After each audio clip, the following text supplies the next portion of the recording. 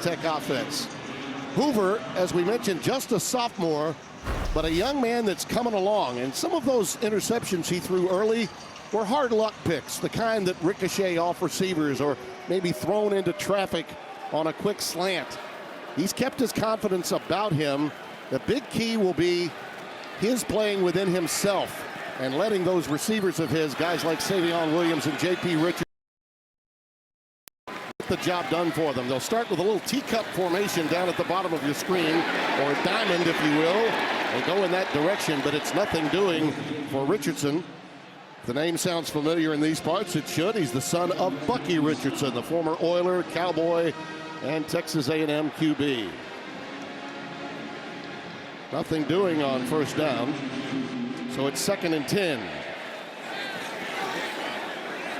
You see the motion.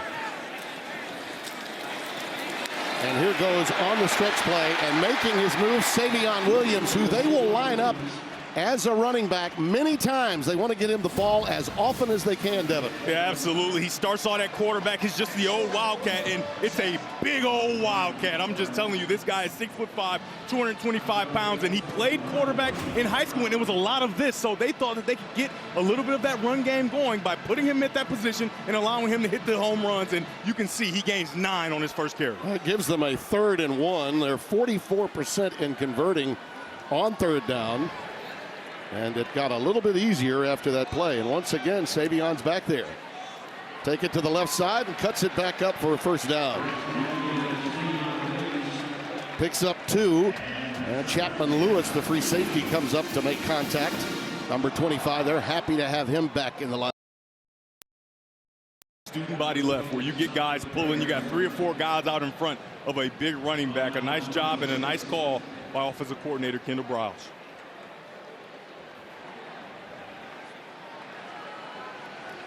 1st and 10, just beyond the 35, and that's a crossing pattern.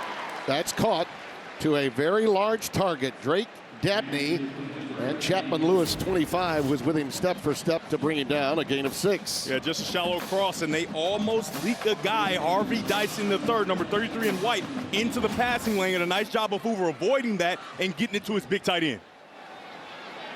On 2nd and 4, power running right up the gut.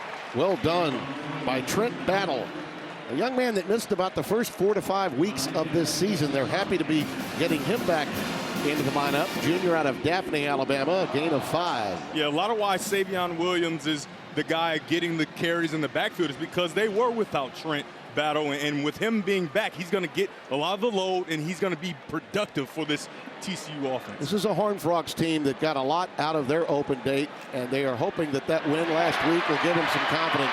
That's just a beautiful move by Besh, the LSU transfer who looked more like a tight end at the start of his career, and now is a svelte wideout that was inside, playing outside now for Kendall Briles. 2nd and 2 after a gain of 8.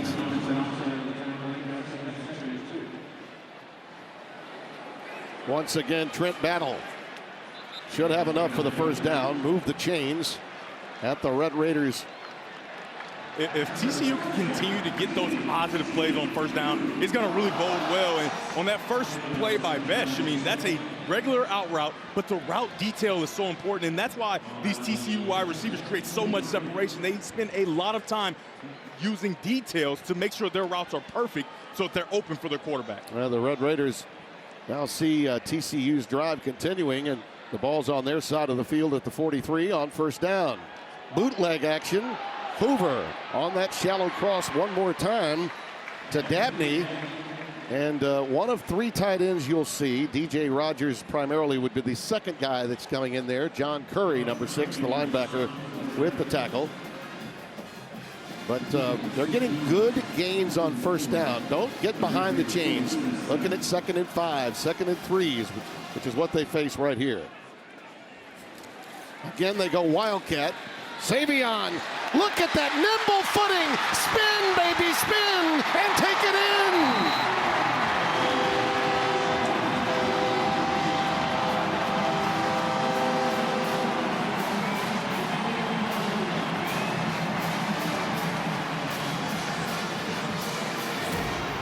there isn't a ton of space for Savion to get through, but somehow he finds his way through, and then he gets on a one-on-one opportunity, and it's a spin away from him and all the way to the end zone. His ability with the football in his hands is what the coaching staff said. We just need to get him the football. They get it to him, and he's in the end zone. 35 yards. That is the longest touchdown rushing that they have had all season long. 32 was his previous high, and it is 7-0. Just a remarkable touchdown. We welcome those of you on Fox that were enjoying our big noon matchup. Ohio State trying to and surviving Nebraska. Here, TCU just moments ago took the lead 7-0 on their opening drive. They got it done primarily on the ground, and we'll show you that in a moment. Tim Brando, Kevin Gardner by my side. You'll hear from Josh Sims on the sidelines a little bit later, but boy, oh boy, what a first drive and touchdown for Savion out of the Wildcat. I mean, it's kind of what we thought we would see, and Savion Williams is a star in the making, and he stayed, he wanted another opportunity, and now they're using him and getting the football to him as much as possible. And if you're just joining us, you missed something already. Well, Jake Jolivet and Dustin Dinty, our crew will have it for you momentarily after the kick as Texas Tech awaits for their opportunity on their first series. This crowd is jacked up. Their team playing perhaps their best game of the season defensively in their win against Utah. And Texas Tech coming off a poorest performance at home. Admittedly, Joey McGuire, their coach, said, look, this is, we laid an egg. We flat out were not ready, we're not prepared, and did not perform well against Baylor a week ago. But this is their chance to right the ship. Tech is 0-2 when the opponent has scored first. And we had the first game against Washington State and, of course, the Baylor game a week ago. Not really sure what this conversation piece is about between our referee and Sonny Dykes. Now Limmerman will be kicking it away as play gets back in order momentarily. Not really sure what that stoppage was about, and we're not being informed either what it was about.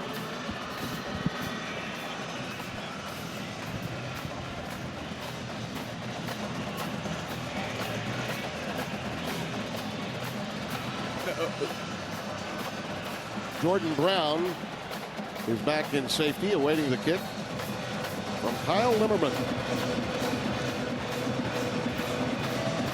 Big 12 has been topsy-turvy all year long. Here comes Brown. And he is racked up just past the 15-yard line and pushed back. 18-yard return. Let's go back to the touchdown, Devin. You got to take a look right here. Center, tackle, pulling around, up through. And this big, talented wide receiver who's doubling as a running back has the vision of a running back, and that's why they have him back there. And then the spin is just his talent with the football in his hands. And it's deuces to the end zone. Even though he's wearing number 3. Thrice as nice. Yeah. Now Texas Tech with their opportunity, and they can score in bunches, as you well know. Aaron Morton out of the shotgun. Delivers it to Josh Kelly. And Morton, young man that's put a lot on his own shoulders. Junior out of Eastland, Texas. Struggled last week, 3 picks, 3 touchdowns and an interception, but was playing from behind the entire game. It was a hard luck afternoon in Lubbock. Now he goes with an out route. And that's Caleb Douglas on the receiving end. Well defended by Jadarius Broughton. Caleb Douglas is the guy who's come on late, right? He's starting to really find his footing for this Texas Tech Red Raider football team. And that was an opportunity for him to get one-on-one coverage. He goes and steps on his toes and makes sure he gets back to the quarterback. A nice throw by Baron Morton. Travis goes back over, does Broughton, and single coverage. And here goes Taj. This is the difference maker. He's a home run hitter, and he's a record breaker every time he touches the ball. That's Hamdi Obiazar that makes the stop. And we'll be calling his name quite often during the course of this game. There's a crossing pattern that's caught by Douglas. Up to midfield for the first down. Bud Clark, big-time safety out of Alexandria Senior High School in Louisiana. Safety comes down because of the run fake. You throw it right behind his head. That's the paradigm of what RPO looks like. Run, pass, option. Brooks, who has no problem carrying it 25 or more times in any game, stopped by Devin Deal. Devin, number 11, and his brother Marcus are in the starting lineup up front for this TCU team. Tommen Mitchell will also play, obviously. Cooper McDonald is out, not able to go for the Horned Frogs today. So Devin, number 11, is an edge rusher right there at the bottom of your screen. 2nd and 7. Brooks in motion. And they'll give it to him, and he looked upfield and just dropped it. That one was going to go quite a ways, and he just kept his eyes on the ball. The goal for Texas Tech is to have this tempo, right? When you have tempo, the defense starts to scramble, right? The linebackers, the safeties, and it gives you an opportunity to hit some throws down the field. Now, you would love for Todd Brooks to catch that ball because he's got a lot of room in front of him, but this tempo is really going to hurt. But the thing is, you can't go tempo and get right off the field. So this third down is very important. Zach Kitley, who once had a great quarterback, now in the league, now running this Texas Tech offense, dials up that to Josh Kelly, and TCU was ready for it. And it'll be 4th down and a punt formation coming up for the Red Raiders. Yeah, Tim, this is the one thing that you can't do, right? You go fast, and then it's 3rd down, you don't convert, and your defense seemingly is right back on the field after the TCU Horned Frogs already scored a touchdown. So they're going to punt this ball away, and their defense is going to have to come out and stand tall. Jack Burgess will get it off. And around his 43, boy, they were coming after it. I don't know how they missed that. Richardson with a fair catch inside the 10-yard line. A 40-yard boot. And the punt block was on for the Horned Frogs. And somehow Burgess found a crack to get that end-over-end 40-yard bomb through. Savion this early on for the Horned Frogs, who lead by 7.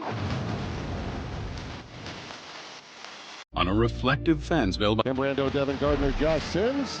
Time now to get more game plans. Sponsored by Geico.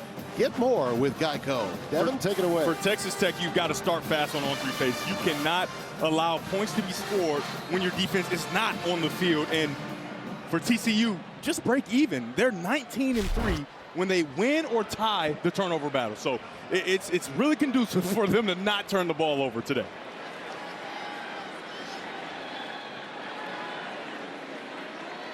They go out of the shotgun.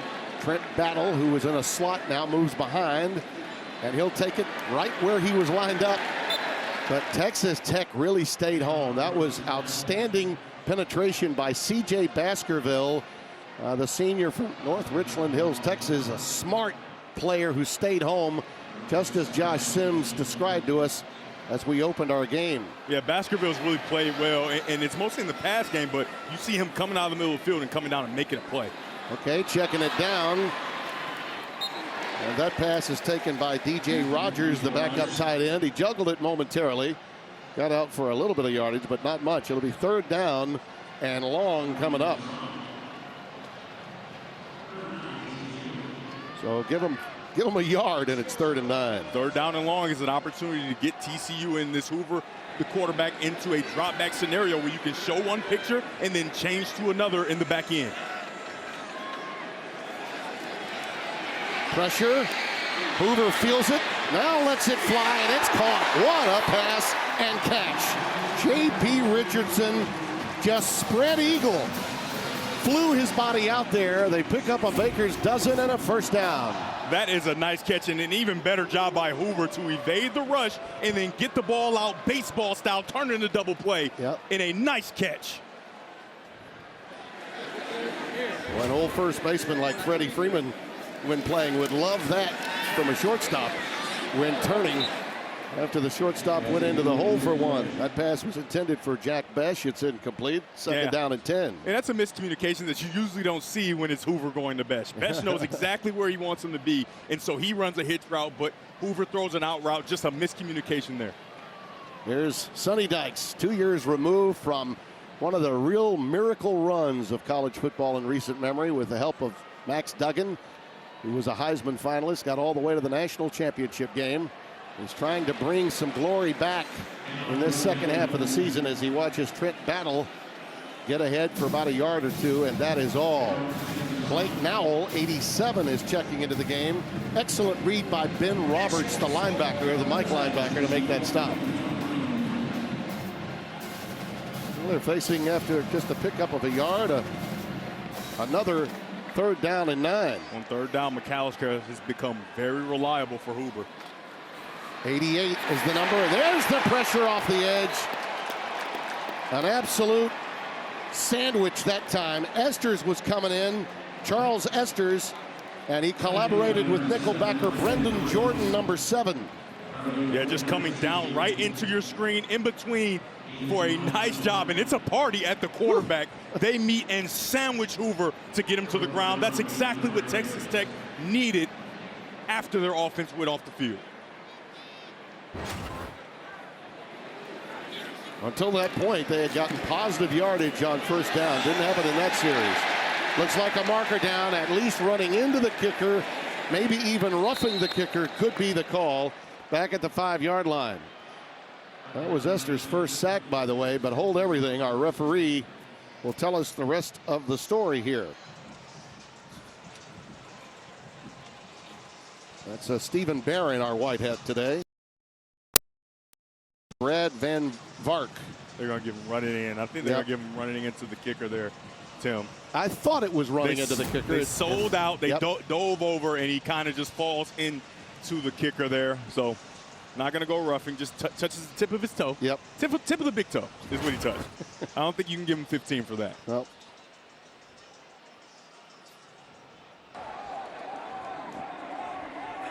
Running into the kicker, defense. That 5-yard penalty will be enforced. We'll replay 4th down.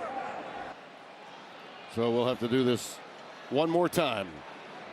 Yeah, and for TCU, they want to get a better kick, right? Because that ball kind of went backspin back into their own territory. So smart decision by Coach Sonny Dykes to make sure they punt this ball away again. The only thing I worry about is the old adage is nothing good happens on a re-kick, right? And it's usually for the kicking team, right? So you want to make sure this ball is nice and high, so there has to be a fair catch so that nothing bad happens on the return. Only a 32-yard punt for Ethan Cross, so you know the Tasmania, Australia native would love to have this do-over that he's about to get. Albeit we're as close as we are to Hogan's Alley, where the Colonial is played. We do have mulligans in football, and this one's even worse. Off the side of his foot. I think I said it. I think you did. Nothing good happens on a re-kick, and that is even worse than the kick before. I was about to say, I'm not sure in all my years that I had heard that adage. I got you covered. You did get you covered. Absolutely. Outstanding field position of the left-footed Australian oy vey on that one. Some of the best steak that you'll ever have. We had some last night, courtesy of the Grace. If you're ever in downtown Fort Worth, that's a great spot to visit. Morton on the check down to Taj Brooks, who's really good coming out of the backfield. In addition to being an outstanding back that could carry it 25 times, he can catch passes too. Only a yard that time, though. Well read defensively by the TCU defense. Yeah, and the reason why it's read so well because they have guys in the space already. They play cover 2, something they don't do a whole bunch of, but when you play cover 2, you have your corners up in the flats at about 5 yards, so when that ball is caught, they're right there to make that play. Obi Izar was all over that play. On 2nd and 9. Well, he reads and adjusts so well. His patience as a running back has really become his greatest attribute, and he talked to us at length about that yesterday when we met at their hotel over by Jerry World in Arlington. Yeah, I mean, it's so impressive to watch him. Watch him get the ball and kind of just survey, wait, and then burst and find his way through.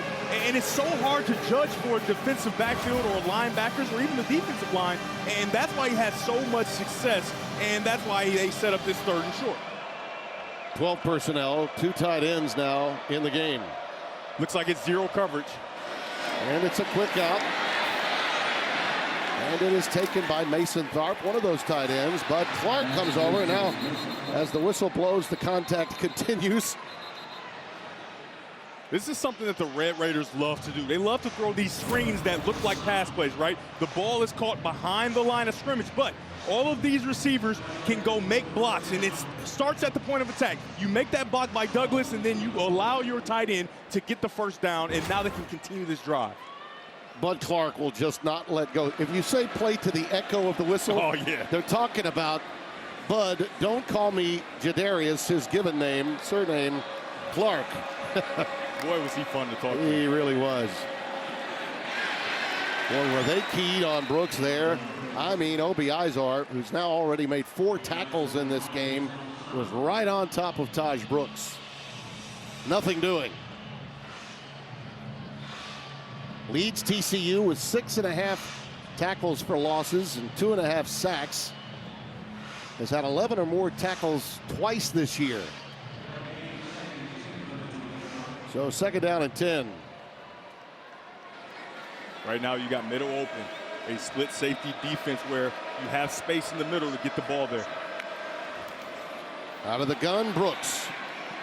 Again, outstanding work up front with the undercut by Jamel Johnson, the strong safety. Andy Avalos is a name you'll remember. Former head coach of Boise State. Had them in the Mountain West Championship game just 2 years ago. What a pickup he's been as a defensive coordinator for Sonny Dykes. Yeah, and he hears you talking about him. He's patting himself on the back to make sure everybody knows, yes, that's me. I'm the good coordinator he's talking about. He knows when the accolades are coming. Here's Morton, flushed from the pocket into the end zone, and that's an inadvertent trip. Yeah. There will be no flag this time. Troy Aiken was the intended receiver. Lamarion James 6 is there. That's a trip that was inadvertent. And I love the no call. You get Aiken, who tries to go, and then he sees his quarterback starting to move, and so he tries to run away, and their feet just get caught up, and he falls down. So I love that there's no call by the referee there. Gino Garcia will try from 38. He is 10 of 10 on field goal tries this year.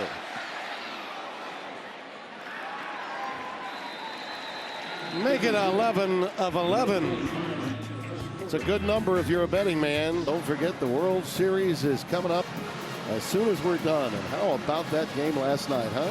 Yeah, very cool. I got to send out a shout out to my buddy Joe Davis. Freddie, meet Gibby. One of the great calls you'll ever hear from any broadcaster. And Joe's still a young guy. That was marvelous. Enjoyed it. And we'll have many, many more between now and the end of the Yankees-Dodgers series. Savion Williams wide open down the seam. He's got one on the ground. An angle, but no, he's got one in the air.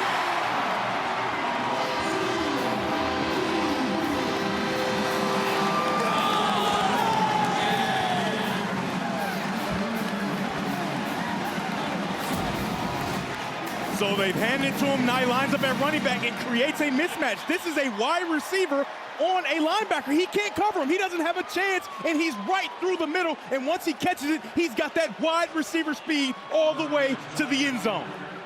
Career-long 75-yard touchdown reception.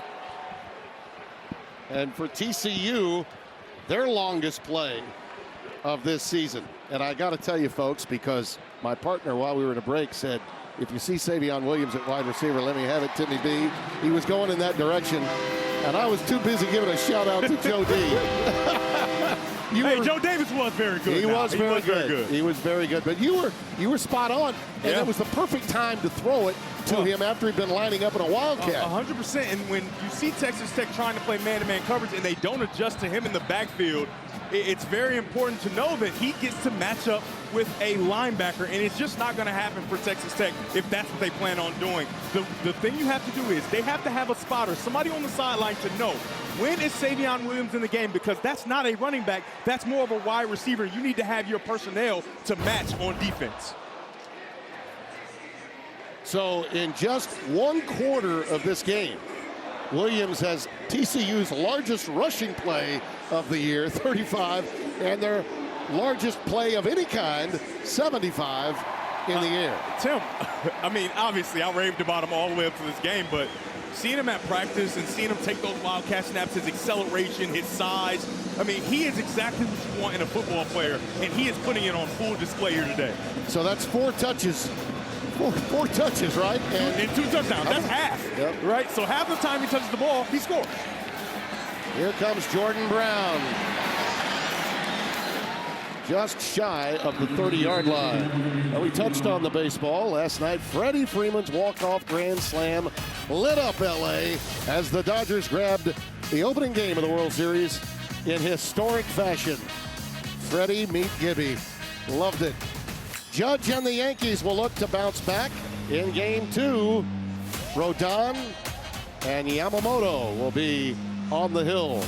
That's coming up next on Fox. Tim, I've never been a huge baseball guy, but after watching that game, I cannot wait to leave and go rush to watch that one. Well, as a guy that had the honor of calling Smoltzy's World Series games that year in '95, it's something special. And Freddie Freeman, the former Brave, came up big for the Dodger Blue last night. Here's Taj Brooks on a stretch play, and he gets out past the 30, near the 35-yard line, before being ushered out.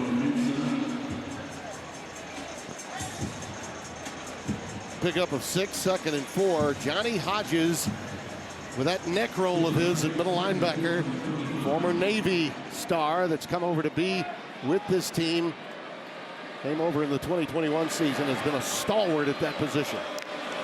2nd and 4. Morton on the out route. It's caught. And it's a first down to Coy Aiken. I mean, just great timing here by Barrymore. And watch the ball release before Aiken is even turned around. When you have that type of timing and precision, there's no way you can stop it. A nice pickup and a first down for Texas Tech. Again, double tight end look. Last time they went to this formation, Tharp, number 80, the tight end at the bottom of the screen, got the pass. Here's Brooks. And TCU ready to run all the way on that. And he stopped a yard, maybe 2 behind the line of scrimmage. Janelle Johnson, the strong safety, coming up. And we're coming to the end of the quarter at a time when the Red Raiders need to answer with good field position.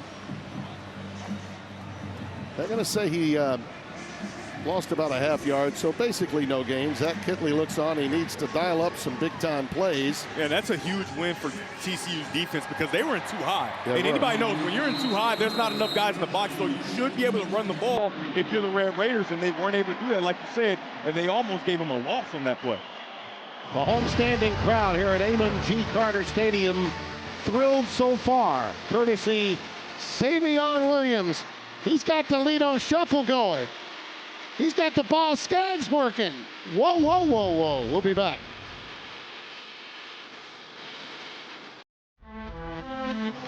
(14-3) as we begin the second quarter. Jim Brando, Devin Gardner, Josh Sims. Taj Brooks is averaging 134 yards per game. That's tops in the Big 12, 3rd in the country. Tough sledding so far, though. 7 carries for 25 yards. And that crossing pattern goes incomplete. And Morton faces another 3rd and long, 3rd down and 10 coming up. This is a very important drive, albeit still very early in the game. TCU's offense is in high gear, and Zach Kitley wants to see the same from his. They are 2 out of 4 on 3rd down so far. John Carlos Miller, the second right here, a guy who they love to get the football to. Another one of those tight ends that they're utilizing. Stays into block here. Morton's pass. The out route complete, but short of the first down yardage. Good recognition again by Channing Canada. Yeah, I mean, as Coy Aiken was on the receiving end. It's a really nice throw by Barrymore, and it's on time, and that's a nice route by Coy Aiken, but you expect Coy Aiken take it a few steps further so that you can get the first down right. You run that play short, and now you have to punt the football away. Burgess will punt it away. Last time he barely got it off, as TCU was in a total punt block situation. This one is well done. End over end. J.P. Richardson cradles it for the fair catch, a 40-yard boot. They'll start just outside their 10. Pacific Life Game Summary sponsored by Pacific Life.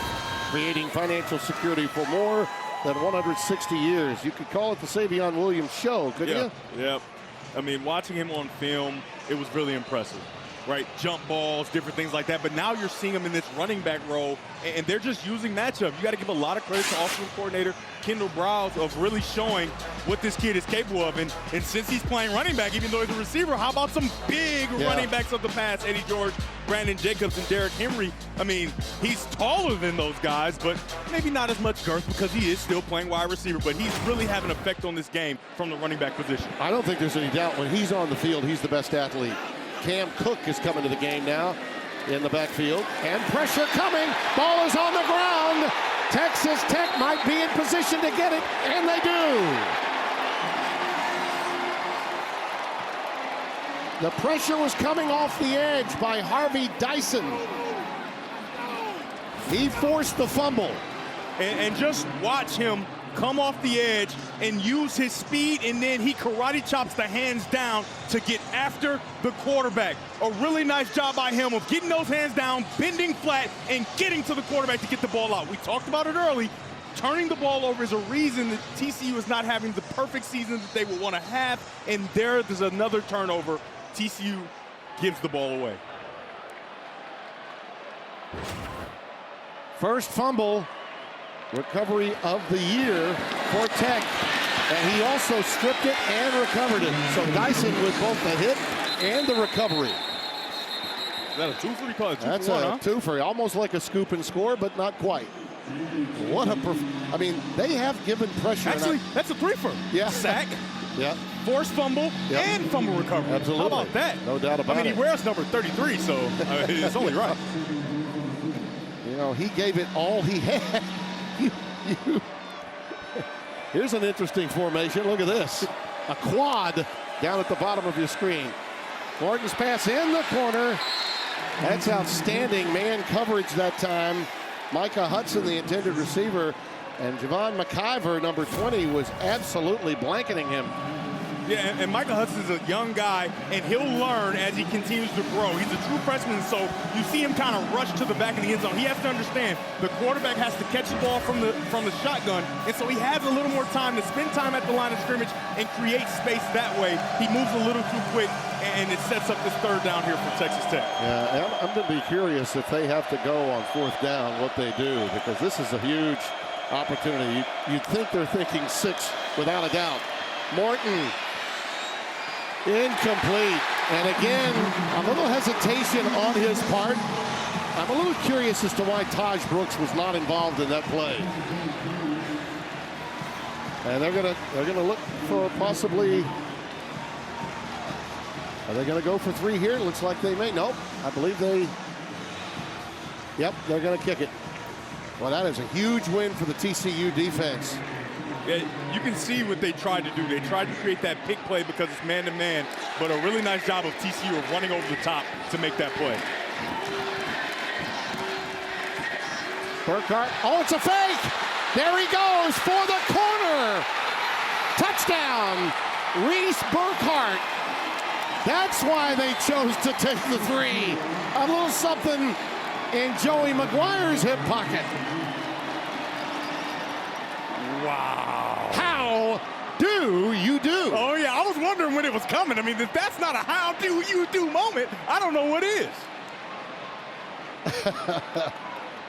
Well, you know they had worked on that for a while, right? What a call. What a call. And you know it has to go up the chain. Yeah. Joey McGuire allows that to be called, and a touchdown is scored. Very nice. And we should have picked up on it because it wasn't Garcia, who was 11 for 11 in field goal tries, but Burkhart does handle the kickoffs, and occasionally will come out for extra points. So they were, you know what he was practicing all week long in Lubbock, Texas, right? I mean, look at him get the edge just like a pro.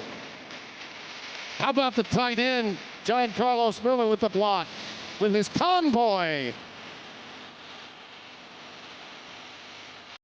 You might wonder, John Legend, how do you keep your voice sounding so legendary? Honey, and how do I keep my protection against COVID-19 up to date? With a COVID shot this season. designed for recent variants. You can get your COVID-19 shot when getting your flu shot if you're due for both, as recommended by the CDC. The fresher, the better. Ask your healthcare provider about getting this season's COVID-19 shot when getting your flu shot. With the first pick in the Jersey Mike's catering box draft, Sarah from Carolina selects number 13, the original Italian. You know, I trusted my gut, and that's exactly where the sub's gonna go, so. The Jersey Mike's catering box, a sub above. Thanks. What'd you get? Oh, I got another double shot, double cream, double froth, double pump, double whip, double hot, double calf, double sweet. Hey, did you know that Discover doubles your cash back at the end of the first year? You are cut off. You earn, we match. Debbie. Unlimited cashback match. Okay, trainees, let's work on our fast and friendly claim service. Eyes on the phone now. Look alive, Drew. Your repairs have been scheduled. Nice. Yes, you'll get a rental car on site. Heads up. Oh, I'm gonna turn this down to an 8. My bad. We can do this all day. Geico claim service is 24/7. Nice catch. Your claim has been approved. Your claim has been approved. For savings and service, get more with Geico. Hey, Meta. Check video. What are you doing by yourself? Come on. Yeah, that's cool. What are you doing? What are you doing? Please don't post that. That's embarrassing. Good morning, everybody. Danny, what are you doing up there? Watching the fresh morning prep, the sizzling bacon, the slicing of the tomatoes, the popping of the fresh lettuce. You know, my lease says I get free subs. Freshly prepped every morning. It's a Jersey Mike's thing. After last night's historic walk-off, the Dodgers look to keep momentum rolling, while the Yankees aim to answer back. Game 2, next on Fox. Fox College Football is sponsored by Geico. Get more with Geico. We touched on who helped make that play happen. You're going to see in a second. 14-10 our score here after that man right there, Reese Burkhart, took it in on a magnificent fake field goal try that brings back a lot of memories in this sport. And now he boots it through the end zone. Devin, take us through that. Yeah, I mean, it's as good as a job as it is by Burkhardt. This play doesn't happen without John Carlos Miller right there, who makes the play, and he has to make sure he gets in the way of Hodges, number 57, and let it run here. You're going to see he sneaks right through, and if he doesn't make this block, then Burkhardt never gets into the end zone, and the play is for naught. So an outstanding job by John Carlos Miller. For people at home, he usually wears a different number, but he's wearing 18 today, and we may see him in some obvious pass situations on defense as well. In Les Miles' national championship year in 2007, Colt David ran that play on September 22nd against Steve Spurrier and Florida. Yeah. And that helped them get the win, LSU, that year. They won the national title with 2 losses, as it turned out. Here goes Savion one more time. He has been a human highlight film today. And a marker is down, so hold everything back near the line of scrimmage. He's smiling from ear to ear, and why not? Thrown in an area where you expect clipping or holding. Holding. Offense, number 9. 10-yard penalty enforced from the previous spot. First down. Drake Dabney, the tight end, is tagged with that foul. Take a look at the top of your screen here. And when it's at the point of attack, you're always going to see it. You're going to see his hands are inside to start. And, yeah, when he gets thrown off, he holds on. You know, if you're a TCU fan, you're saying, what? And if you're a Texas Tech fan, you're applauding. So I think it could go either way. They did call him for a hold. He did grab a hold when he was getting thrown off. After the penalty, 1st and 20. A quick pitch towards the boundary for Williams. And he gets popped. Now, he's touching the ball a lot today, both as a runner as well as a receiver. That time he was hammered by Braylon Lux, number 0. Outstanding corner. Let's listen to this collision. That is aggressive stuff. Yeah. I mean, that's a big guy you're coming down to hit, and that's a nice job of trying to get low. And somehow Savion Williams at 6'5" gets lower than Lux. And Lux, all 5'8", 185 of him, got him with a shoulder. That pass is airmailed and incomplete. Thrown in the direction of Eric McAllister. The junior transfer from Boise State. That's a big, long throw for Hoover from the opposite hash, outside on the comeback, trying to throw it on time, and he throws it a little too high from Cal to go get it. Well, Hoover started 6 out of 6, only 1 out of 3 since. But whenever he's targeted number 3, he's been in good shape. Besh has a catch, as does J.P. Richardson. And they go with 4 wides and a tight end here. And there is J.P. Richardson, a guy who moves the chains. And it looks like we've got a timeout taken by TCU. It's a 3rd down play, and I don't love that Savion Williams is off the field. Yeah. Right, maybe that's going to be the adjustment here with this timeout. TCU has called their first timeout of the half. Points and possessions are on a premium today. 100%. It's the 3 Ps at work when we come back. Guess what, people? When you some saucy nugs? Saucy nugs, all right now. I think I called them that once. I'm not sure they were from Wendy's, though. So the adjustment is Savion Williams is on the field, right? Yeah. He wasn't on the field. Right. They called timeout. He's on the field outside the top of your screen. 3rd down and a long way, and there's the pressure again. Texas Tech delivering the goods against Josh Hoover. And it's coming from the edge from Braylon Rigsby, the right outside linebacker. And in addition to that, some strong help up the middle as well. Yeah, and the thing is, they have a well-designed play on both ends. For Texas Tech, they do a nice job of dropping enough guys to cover everybody up. And for TCU, you have a check down in Savion Williams that you just don't get to, so it ends in a punt. Beautiful punt with a fair catch made by Jordan Brown. And let's go down to Josh Sims. Josh?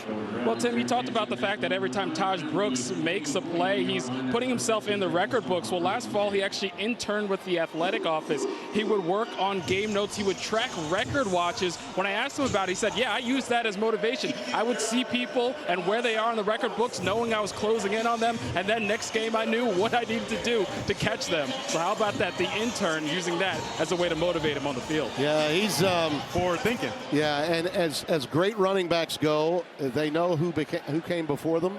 Yeah. And for him, he's got a lot of those guys in his phone. Sure does. Found out yesterday. Byron Hansport, of course, an outstanding back in Texas Tech history. He's hearing those footsteps as that out pattern is caught by Caleb Douglas right in front of James, Lamarion James. Virginia, gain of 11 and a 1st down. Again, outstanding timing and precision by Baron Morton. He gets to his drop, hitches, and throws the ball before his receiver's looking, and so it's indefensible.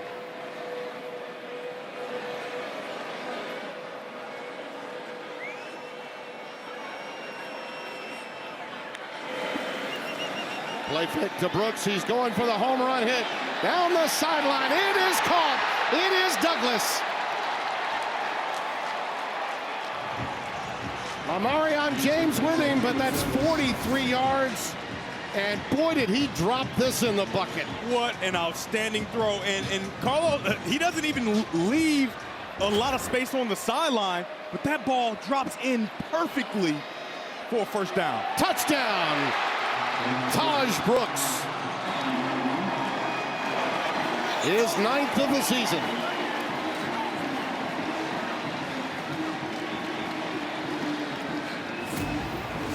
You got the Red Raiders. Well, this thing parts like the Red Sea, and Taj Brooks just essentially almost walks right into the end zone. There's nobody there. Touchdown, Red Raiders. Davion Carter, 56, the right guard, with a pancake block to seal the fate of TCU's defense there. And Brooks trots in. It all began, though, with this perfect pass. I mean, absolutely perfect from Morton. Right into the arms of Caleb Douglas. They said he started the season slow, but he's really getting his footing. He's got it now, and you know the running back that has their footing for sure. It is the big fella, Taj Brooks. Center is going to be out of the British Grand Prix. Taj Brooks giving the Red Raiders their first lead of the afternoon.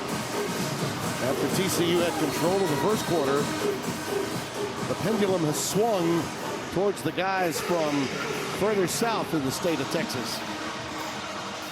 And Reese Burkhardt, who has one of those scores, will kick it away on that fake field goal to help turn this baby around. Well, talk about momentum changes. We've seen them. That TCU fumble with 14-10 left in the second has completely shifted this game. From this point forward, the game changed. Yeah, I mean, it's been big play after big play for Texas Tech. And remember, the keys that I had were you can't allow touchdowns to be scored when your defense is on the field. Well, you're really going to have a good opportunity to win this football game when your defense is taking the ball away, which is what they did. They're playing really good football as opposed to the way they played a week ago. Raider fans, I'm sure, are happy to see Coach DeRuyter's defense playing this way. Yeah, Tim DeRuyter's got to be the happiest guy on that sideline. Oh, man, we talked to him yesterday, and he's just imploring that his guys just figure it out and get to the quarterback, and they've done that. Jeremy Payne just into the game, totes it ahead for 9 yards. Think about it. That TCU fumble with 14-10 left in the second shifted this game. TCU up 14-3 at that time. Now just 3 minutes, 26 later, Texas Tech is up 17-14. And there goes Payne one more time as the Horned Frogs try to get it back in gear on the ground themselves. And Payne is a true freshman, and he's showing on these 2 runs really good vision, being able to get in and break arm tackles, and he's picked up nice yardage on 2 back-to-back runs. We anticipated this could be a shootout, and it may well be. Checking it down underneath, and they're keeping this kid active. It's Payne one more time. Twice on the ground, one in the air, and this young man is making them pay. Freshman, Hightower High School, Jeremy Payne. I love to see TCU getting to this tempo to try to keep this Texas Tech defense off balance. Oh, that pass was dangerous. Ricocheted off of Rogers, the intended receiver, the tight end, but it was thrown into some traffic, and Josh Hoover's had more than his fair share of those kind of tip drill pass picks this season. A big part of the reason this ball isn't caught because he's distracted, right? Jacob Rodriguez does a nice job of collisioning the wide receiver before he gets to the catch point, and then his eyes are a little late to the ball, so he can't catch it. And like you said, those are the things that have happened to Hoover, where you get a tip ball or a guy's just not ready for the ball just yet, and it ends in interception. It's good that ball fell harmlessly to the turf. Down the sideline, there is the intended receiver, Besh. Well defended. That was a superb defensive play by Macho Stevenson. I mean, outstanding. In position, eyes back to the ball, reach that right hand in and smack it away. What a job by Macho Stevenson. And it's always a nice seatbelt celebration. From my hometown, of course, Shreveport, Louisiana. All righty. In Sportsman's Paradise. It has not been annexed into East Texas yet. Proud Louisiana boy there. This pass is caught. Look at that move. Close to the first down, Jeremy Payne. My goodness, that was a great move to get very, very close to the necessary yardage. A couple of yards shy. Just a reminder, true freshman. Yeah. Right? The moment's not too big.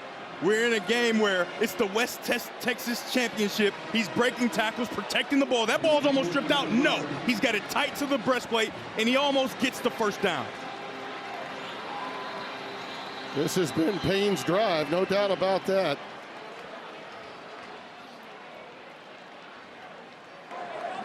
Texas Tech has called their first timeout of the half. 30-second timeout. Well, TCU 75% on fourth down conversions this year, and they're facing one now at 4th and 2, and that little extra move by Payne got them close. Oh yeah, puts them in position to go for it. And my guess, what I would do, it's Savion Williams time. Put him in that wildcat, and kind of like they did early in the game, that kind of student body kind of play where you bring 3 or 4 guys in front to block, and I just bank on Savion Williams being able to get 2 yards.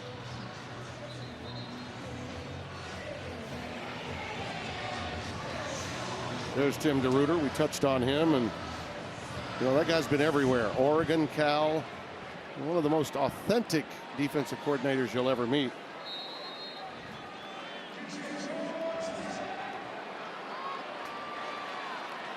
Payne remains in the backfield. Here we go, Savion Williams time. Battle has joined him there, number 17. Savion takes it out of the Wildcat. They were ready that time. And Texas Tech's D, Tim DeRuyter, will give them a salute when they get to the sidelines after that. Take a look at number 10, Rodriguez. He's standing right in the middle there. He knows what's coming, and he's going to scrape over and get into the hole and meet Savion Williams there. And it's a tough thing to do, getting that guy to the ground on your own. The cavalry comes, and it's a big stop for Texas Tech. Loss of 2, and the Red Raiders get the ball back. 5 big tackles for losses in this game, which has really helped the Red Raider D dictate tempo since the second quarter began. Here's Morton rolling in a bootleg situation, decides to tuck it and run. And mano a mano in space, Hodge, the Mike linebacker, comes up to make the play, number 57 in black. Tim, that's really good by Hodge. First of all, he wears a neck roll. Don't let it fool you. He's a really athletic player, and you see him making a play there. But he's guarding the running back, Taj Brooks, and he comes off at perfect timing to make a play on the quarterback. Usually when you leave your man, right, he dumps it right over your head. A nice job of him baiting Baron Morton and then making the play on him. 2nd down and 9.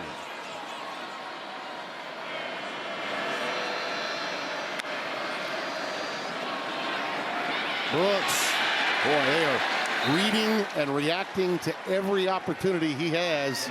Again, tremendous run support coming from the second level of that TCU defense. I mean, Abe Kamara just coming blazing into the backfield to make this play. A nice job of first making sure Barron doesn't have it, and then he flies over the top. And a good job by number 11, Devin Deal, who's getting his chance to play a lot because Cooper McDonald's out of setting the edge. Only 30 yards on 10 carries for Brooks. It hasn't been easy. He does have a touchdown, though. A curl route, really well defended by Lamarion James, who got burned on that long pass earlier. That time he was right with Caleb Douglas. And they'll have to punt it away on 4th and 8. Yeah, I mean, he breaks on this ball, and outstanding job of reaching that right glove in there and stopping it from being completed. How about the cornerback play on both sides of the ball these last 2 possessions? And by the way, that catch that Caleb Douglas made was a whale of a catch, even in good coverage. That was good single coverage on that play. Just have to tip your cap. And JP takes that and goes down immediately at the 15-yard line. Sonny Dykes, the son of former Texas Tech head coach Spike Dykes, a real legend, one of the most affable men in the sport of college football. Graduated from Texas Tech in '93, also played baseball there. An assistant coach from 2000 to 2006, became an air raid guy, wide receiver coach, part of that Mike Leach system, co-offensive coordinator in 05 and 06. And he was off to the races. Did a really nice job at Louisiana Tech down the road in Ruston on Interstate 20. Then it was on to Cal, where he had, among others, Jared Goff as his quarterback, who's now doing pretty well in Detroit on Sundays. Decent. Yep, I'd say so. Yep, I mean, and then at SMU, he turned that program around before leaving to come across town in the Metroplex. Jared Goff's only gone multiple halves without throwing an incompletion. Pretty good. I mean, he's so impressive. In your hometown. Oh, that's a beautiful play fake, and Hoover is out past the 25 to the 28. That's a gain of 12, maybe 13. And he's got the first down. Yeah, I mean, it's something that you just don't see Hoover do, and it's something that they want him to do. So when you're a defensive end for Texas Tech, you don't expect him to pull that ball out, and that's where there's so much space for him to pick up yardage. Sonny said he wanted him to run more. He did there. Now that one was tipped away. That was a tremendous defensive play by Rodriguez, Jacob Rodriguez, number 10. Let's look at that previous play. Take a look here at Esther's. He doesn't expect Hoover to keep the football. He hasn't seen him do it all season, and so he just goes to get the running back, and a nice job of Hoover taking the ball out, protecting it, and making sure he gets yardage.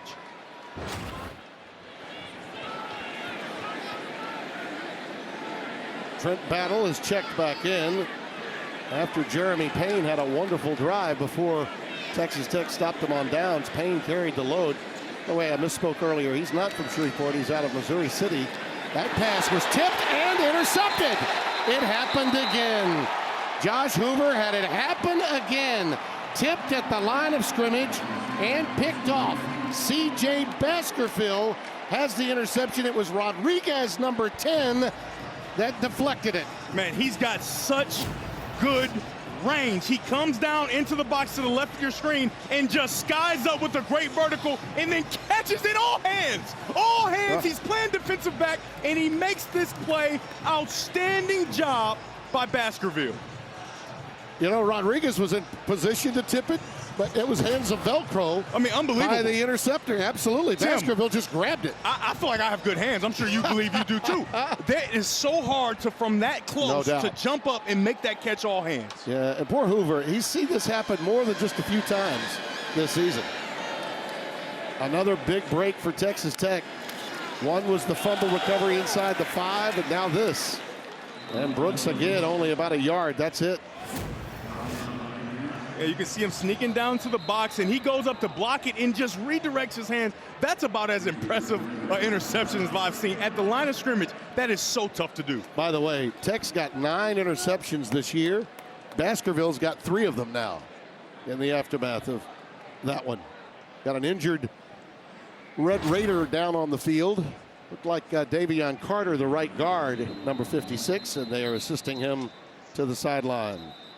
Baskerville, as we mentioned, has 3 of the 9, so he's made a habit of this. Oh, of course. He's got great range, and his skills are on full display in this pack. Watch him run outside the hash and go make this play diving, and then against Arizona, watch him right in the middle of the field, and then he just starts to sprint and covers 15 yards to make a play and get the foot down. He's got hands like a wide receiver, and then you just saw the most recent interception. So impressive. Like I talked about earlier, he's played really well in the pass game, and today he's played well in the run game as well.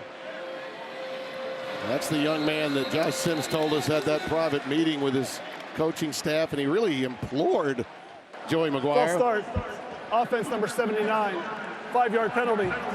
Second down. Although that'll back him up as Sterling Porcher, the left guard, was tagged with that penalty.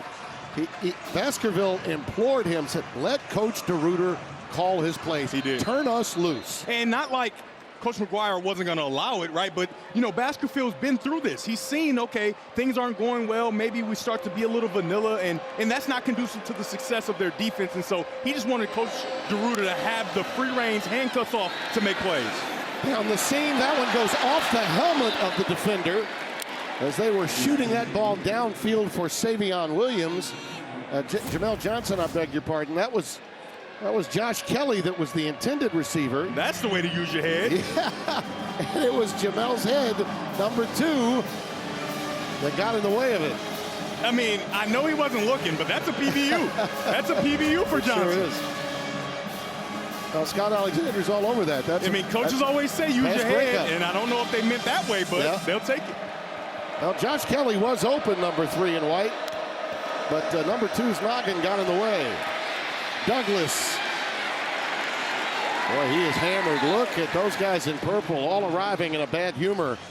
This TCU D has really answered the bell and have taken last week's momentum against a porous Utah offense with quarterback problems. Yeah, and played well today. Take a look here at Bud Clark come down to make this play. Now, he doesn't get him down initially. However, he stops the play from happening, and the rest of his teammates can come and race to the tackle.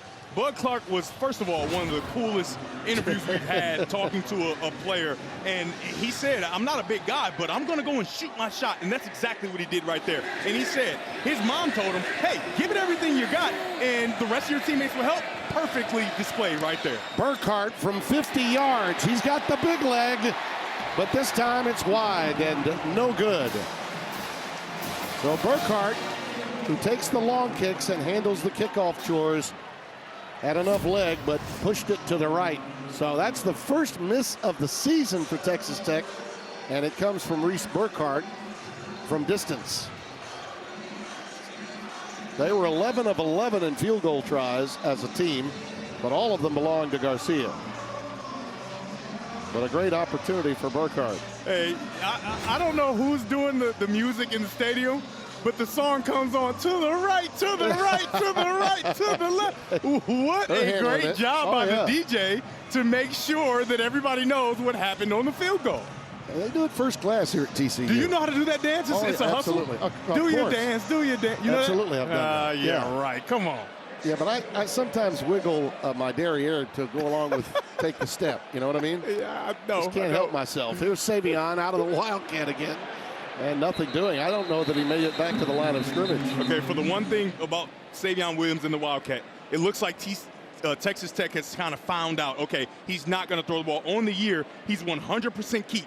Right, 100% keep when he's in the Wildcat. Now, he played quarterback in high school. I would love to see a different variation where he throws the ball just to keep this defense honest when he gets the ball in that situation. But at running back, they cannot play dishonest. 2nd and 10. On the check down, it's Savion.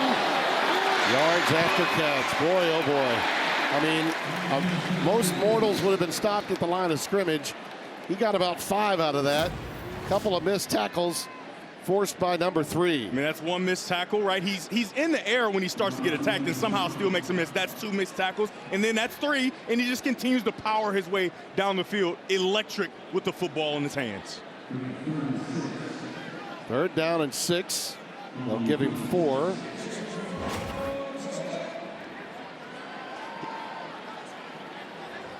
Well, now they've changed it. 3rd down and 5. Got single high man-to-man down at the bottom of your screen. There it goes. Yep, and the little look-in pattern goes incomplete. Blake Nowell, 87, had it, but could not control it as he went to the ground. TCU will be forced to punt it away.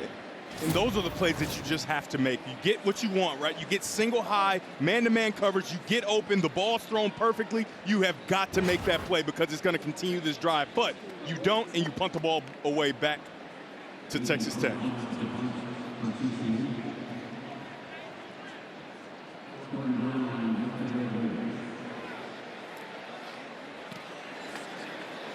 Ethan Craw's boot, high sky in the air, and it's taken down by Brown with another fair catch. Been a busy day. Big Noon was a little tighter than the folks in Columbus expected. Mike Hill's going to tell us what's coming up on the State Farm halftime show. Coming up on the State Farm halftime, number 4 Ohio State gets a scare from Nebraska. Oregon tries to avoid the grave as the top-ranked team in the country, and Alabama hopes not to get spooked against Missouri. Tim and back to you. Hey, Tim, I'm not gonna lie. I thought he was doing a Tim Brando voice. Did you? But he was doing like a spooky deal. A spooky one, you know, because of Halloween, you know? He was going to give it the... yeah. He was going to go that route. 3 and change remaining in this half. Not much for Brooks all day. They're going to continue to feed and fan him, though. And trust me, you may stop him for a long time, but at some point he can pop one. And when he does, you'll know about it. Yeah, he wears on defenses, right? He's the kind of running back that gets stronger and stronger as the game goes on. So that's something to monitor. Even though TCU's defense has really held him in check, that may not last forever. They go empty here. 2nd and 8 for Baron Martin. A little curl, and it is brought in by Josh Kelly. They'll give him the 32-yard line. I really like how offensive coordinator Zach Kidley is really helping Baron Morton and giving him answers before the play. And what I mean by that is taking Taj Brooks and putting him outside at wide receiver. You see who goes with him. Does a cornerback stay out there, or do you take a linebacker out there? Obi Izor goes out there, and so now the quarterback has an answer. Baron Morton knows it's man-to-man coverage and he can get to his best man-to-man route. Tech is only 2 out of 8 on 3rd down, so we've got a marker down at the point of attack. Kelly may have moved too quickly up there. Both tackles, I think, kind of went a little early. I don't know which one they're going to give it to, but it looked like they both, everybody except the center, actually. Full start. Offense number 75, 5-yard penalty. 3rd down. That really sucks. Yeah, because everybody moved, but they pick 75 and gives it to him. 4-time Buchanan. It could have been on Josh Kelly. It could have been. Yep, it's everybody here in the middle moving except for the center, and 75 gets credit with the penalty. At home, we're sorry to the parents. That's fun, very unfortunate for Ty Buchanan. 3rd down and 8. Just 15 yards penalty-wise against Tech. Morton floats one up. It is caught near midfield.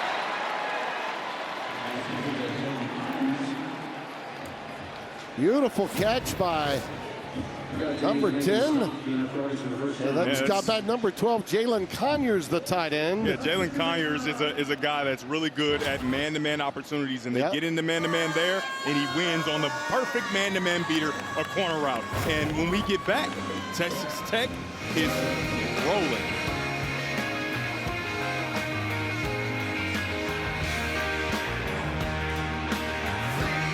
Money is tight. Fox College Football is sponsored by Progressive Insurance. Cars, homes, boats, motorcycles, RVs, and more. Remember the name Trayvon Boykin? That 2014 team was incredible. Put up 82 That's crazy. Against Texas Tech. Boykin finished 22 of 39 for 433, 7 touchdowns and no picks. And by the way, I saw Gary Patterson, his head coach that year, and frankly, either he or Baylor should have played for the national championship. In the first year of that, we know what happened to the Big 12, but they were incredible football teams that were left at the altar, and in today's college football would have been a part of the postseason. Well, that one's thrown away.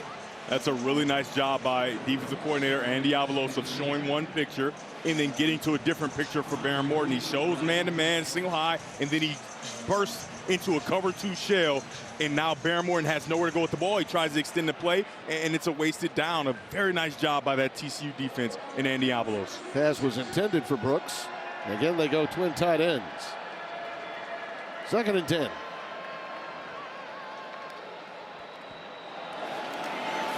Brooks, look at that. Sidesteps one, runs through another. Finally, it's Devin Deal, number 11, that will get credited with the stop. That's his longest rush for the afternoon. We said it, didn't we? Starts to wear on you. Can't keep him in check forever. Now Morton pulls it down. I think that was a busted play from the jump, and he decided, you know what, I'm going to tuck it and try to get back in the line of scrimmage, and he managed a yard. Well, it's busted because TCU recognizes it right away, right? They try to go to the fake screen and then sneak the blocker down the field. They cover it, and that's a nice job by Baron Morton, not making a bad play worse. Pull it down and try to go get a few yards. He gets one.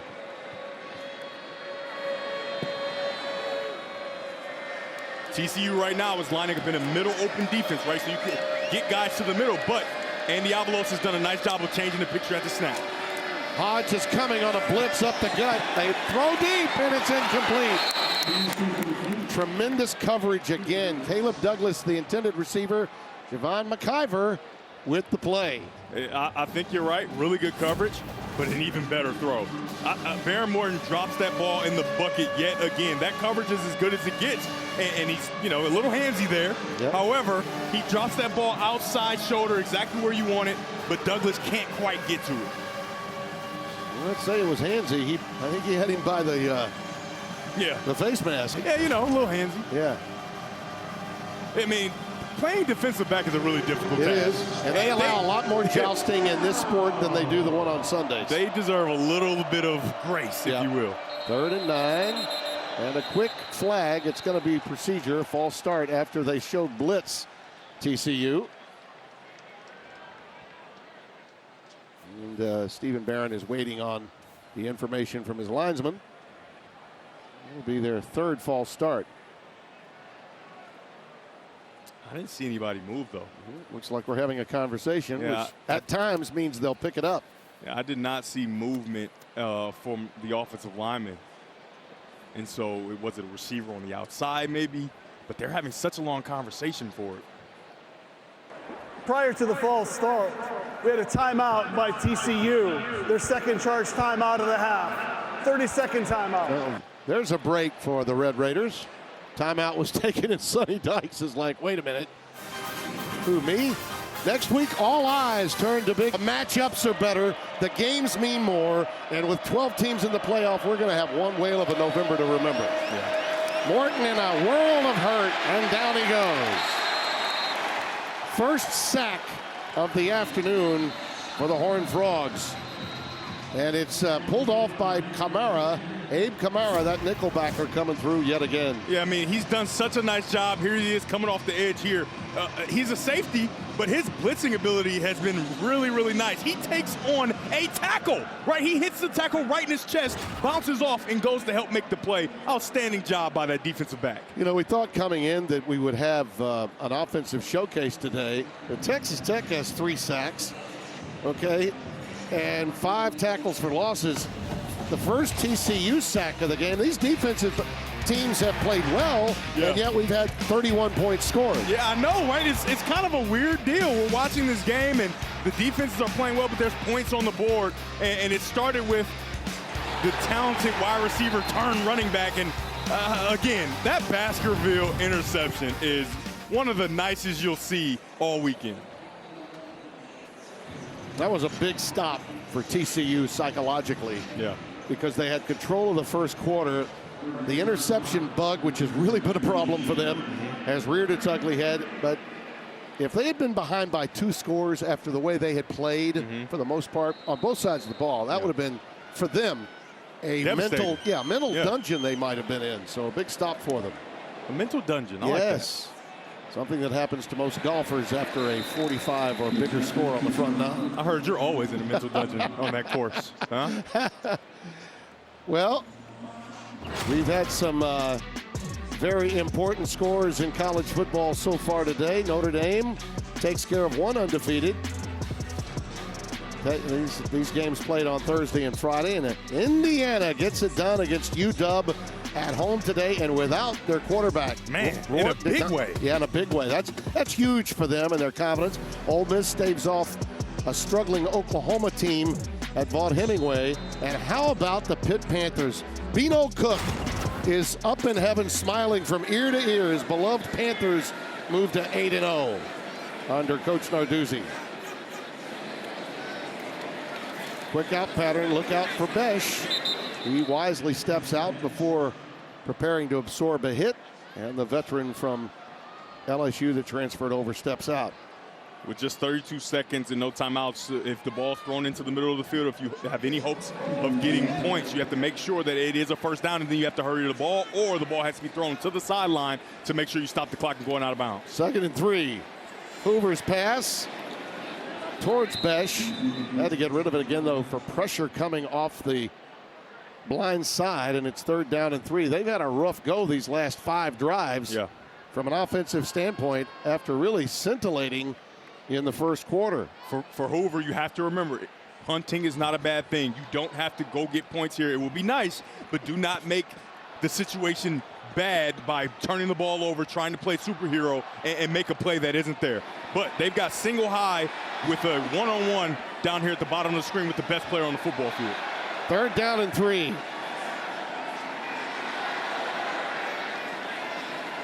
Marker down, and there's the slant pattern that is taken in for the first down, which will stop the clock at the 32 for Savion Williams, who owned the first quarter of this game with a couple of touchdowns, 1 on the ground, 1 in the air.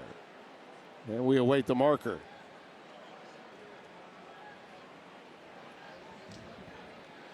Texas Tech has controlled the second quarter and got it started with a turnover. And Joey McGuire's really got to be pumped about the way his team responded after falling behind 14-3. And we got another one of these long conversations taking place. Don't like them.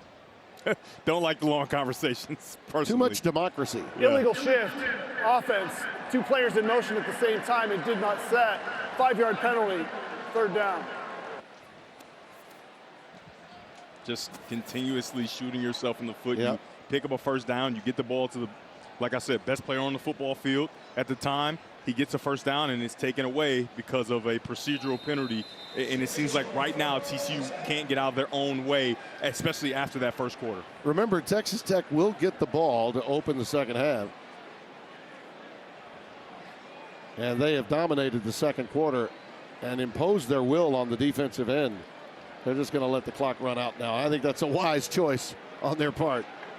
Things have not been going well. Let's see if the biorhythms can pick up at the intermission. It's been entertaining, though, partner. It has been. Yes, it has. Tech is 4-0 this year when leading at the half, 16-2 under McGuire. Now let's send you to the studio in Los Angeles. Mike Hill, Emmanuel Acho, and Coach Pete for the State Farm halftime show. How do you do? How do you do? Tim Brett.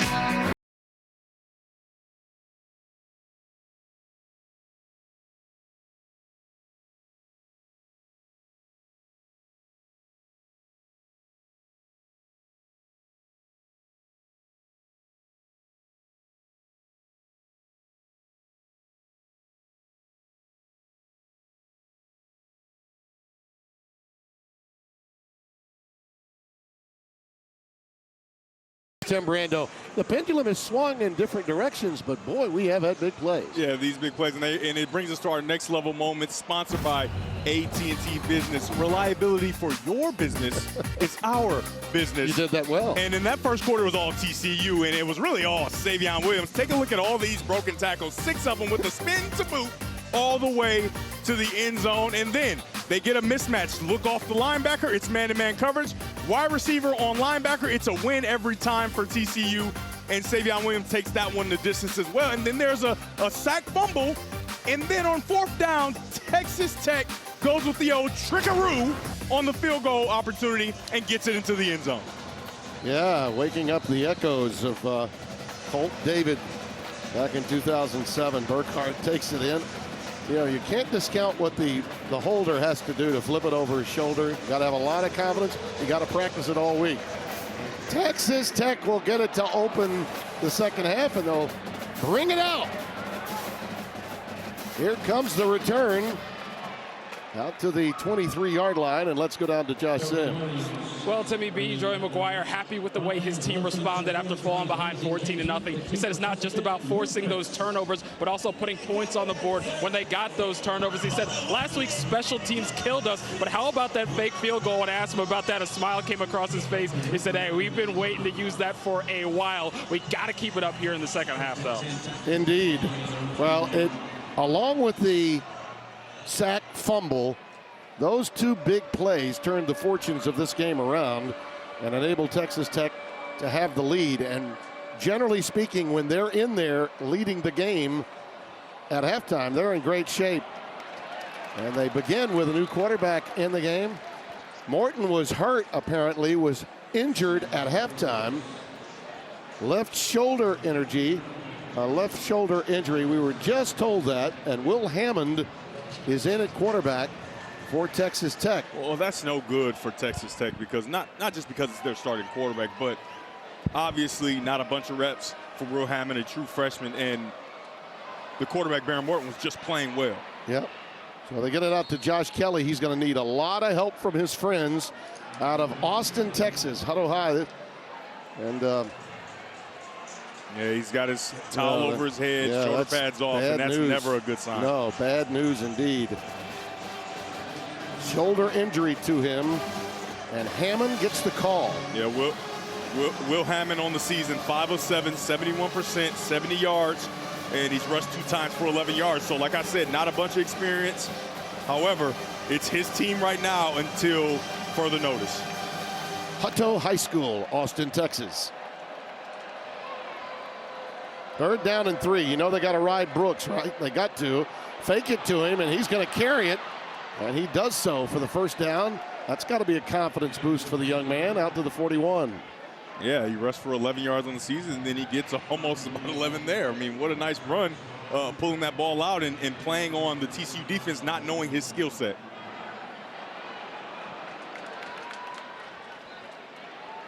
Was a prolific high schooler. As you might imagine, you don't get to this level as a true freshman without having been one. Again, he'll lean on Brooks this half, no doubt about it. There's a nice look-in pattern, and how about that maneuver by Caleb Douglas? Nice run by the quarterback. Nice run by Taj Brooks. Now you can get to what we love, the RPO. Safeties come down, and you got a ball, even though behind, a catchable ball for Caleb Douglas, and then an outstanding move to get the ball down the field. They talked about Caleb Douglas and his improvement and how he's really gotten his feet under him in this offense, and it's very, very clear. And his skill set is on full display today. 36 yards. I think he got some turf in his eye, and he had to take himself out of the game. But he beat Travis Broughton on that play. The yards after the catch. So 1st and 10, and now they go with a fade pattern into the corner. It's caught.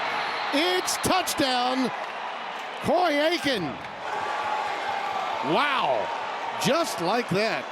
And I would say this prolific high schooler has announced to his team and everyone else. I mean, he's a guy who's passed for 8,000 plus yards in high school, and what a perfect throw, cold off the bench. Oh, man. And the footwork by Aiken, touchdown, Texas Tech. 8,700 yards to be exact in his days in high school. And he proved to us on that drive that he could run the football well, too. No reps, no problem. That's amazing. What do I need reps for?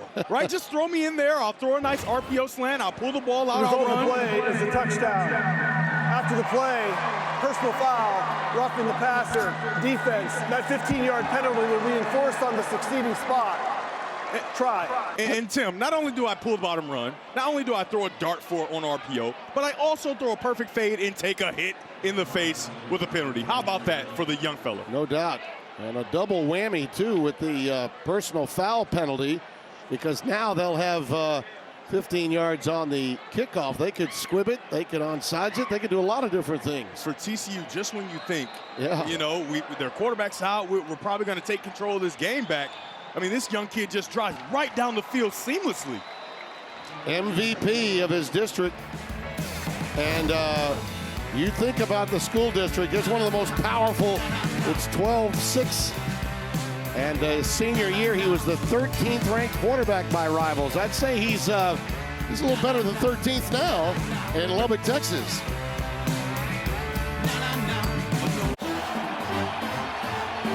And that young man. I mean, that's a long handoff, though.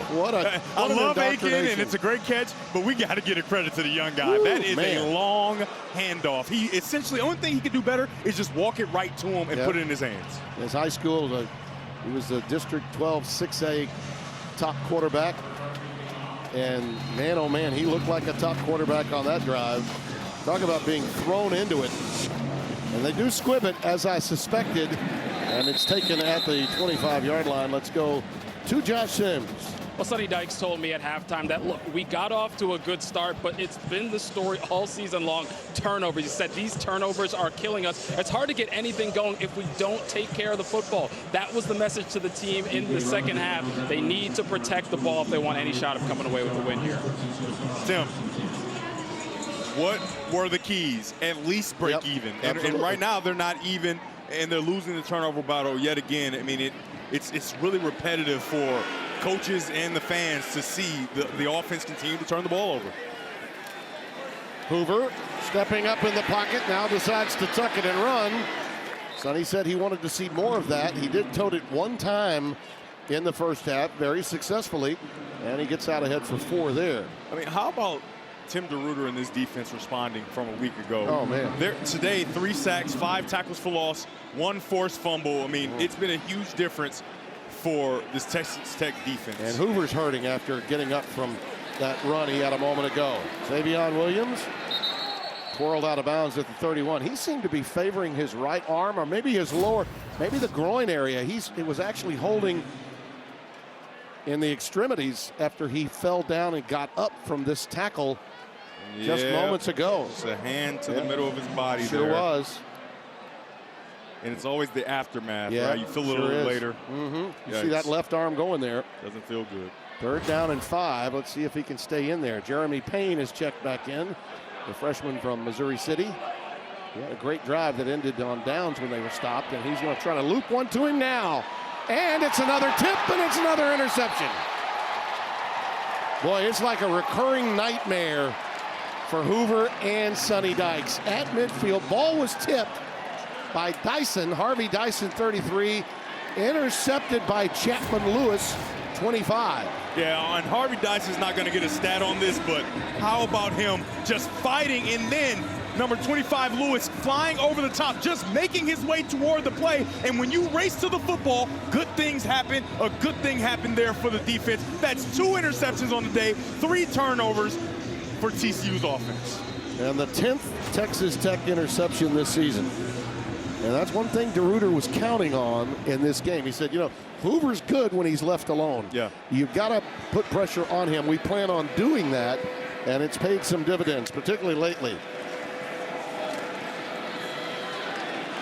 And it shouldn't surprise you that they're going to try to pound the rock much of this game the rest of the way, as Brooks has stopped again at the point of attack. You know, I wouldn't do that. I wouldn't change what you've done. And I would call this game as if you're even, or maybe if you're losing the game, because Hammond is shown to be trusted on that last drive, and use the run game, use the pass game the way you would if this game was dead even. And Dyson, number 33 on defense, has really been impressive. Obviously, he's got the sack, fumble, and then that tip to cause an interception.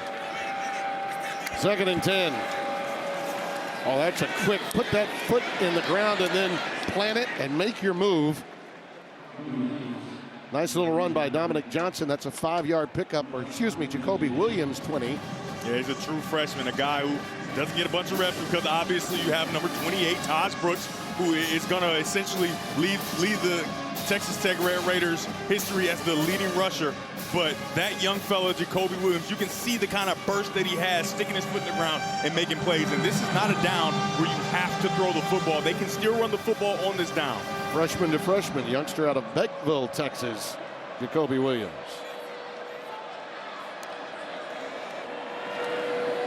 That's a little curl, complete, out to the line to make.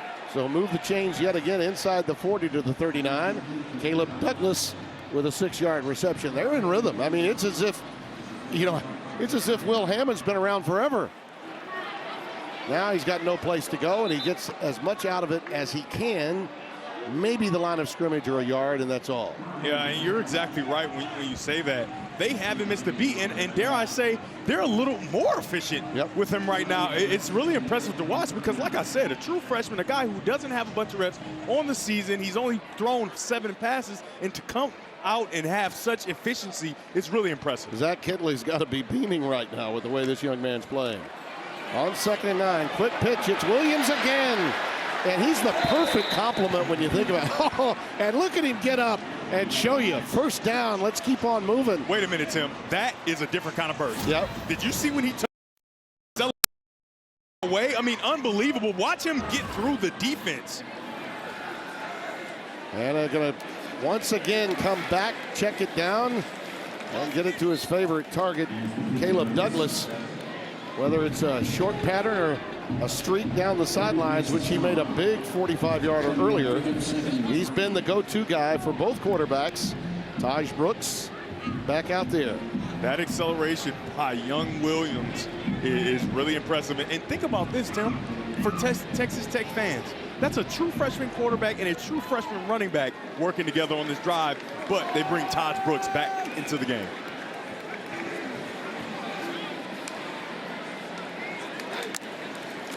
Out of the shotgun, Brooks. A big jump cut, and he's in for another 1st down inside the 15 to the 13-yard line. I think that's the move, the fundamental move he has, Devin, that I enjoy most watching. The little jump cut. Part of the patience that he shows, he'll utilize that fundamental. He gets into the line of scrimmage, right, and then he kind of gets skinny, right? Gets skinny and jump cuts, not necessarily always sideways, but he goes at kind of a 45-degree angle to get through the hole. And the one thing that's super impressive is he's always falling forward. Cameron Dickey has come into the game for Texas Tech. Now they run a little chicanery. Looking to throw it here is Aiken, a former quarterback himself. And TCU had the scouting report on that one, and he had to just throw it away. Yeah. Decision by Aiken, making sure that he throws that football away. The deep safeties have to stay deep and make sure they start to come up, but then they retreat, and cover everything. Nice job by Aiken, though, to save yardage and throw that football away. You can see the old quarterback in him, huh? No doubt about it. Absolutely. You know, and it seems as though in this league, in the Big 12, just about every receiver, every team has a receiver, maybe 2, that are former quarterbacks in high school. 2nd down and 10. Look at that youthful look, huh? quick curl. It's caught. There's Kelly, and Josh Kelly scampers inside the 5-yard line, very close to the line to make. About a yard away, it would appear. Remember the last time we had Texas Tech, Kelly was a huge part of this offense. We haven't really seen him do a bunch today, only 4 catches on the day, and he's kind of been resorted to kind of a possession guy because of number 5, Caleb Douglas, who's really turned into that big play threat down the field. 3rd down and a long one. TCU on its heels, desperately need a stop. You got one-on-one at the bottom of your screen here. And he keeps it, it's a touchdown. How about this?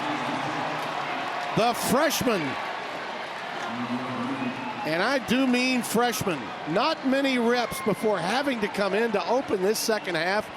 2 brilliant drives. Hammond had 37 rushing yards, now getting it done with a touchdown to go with it. Yeah, watch him pull this ball and then get there and then underneath for a touchdown. I mean, so impressive what he's been able to do coming into this game, again, with limited reps, cold. He's looked phenomenal. 37 yards rushing in high school, and a couple of scampers he's made in this game to show you what he's made of. That's absolutely amazing. Oh, yeah.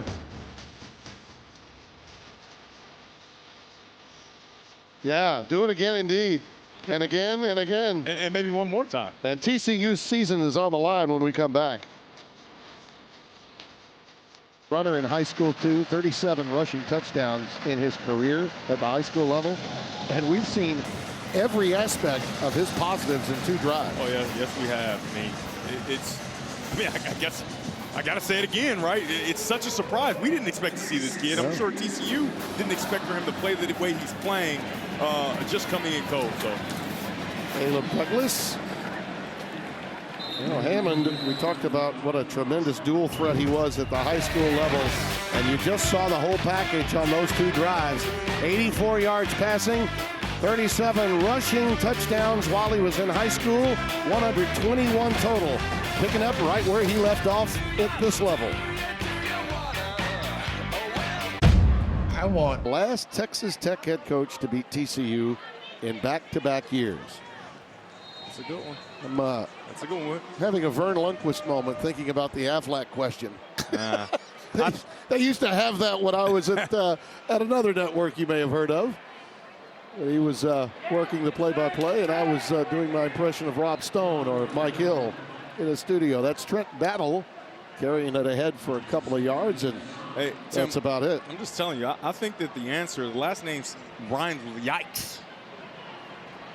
Oh, you're going to go Spike Dykes on me? Is that what you're saying? I think you might. You're thinking Spike Dykes. Well, he's certainly would be a strong candidate. Oh, that pass was almost juggled and right into the arms of a defender that could have gone for a potential pick 6.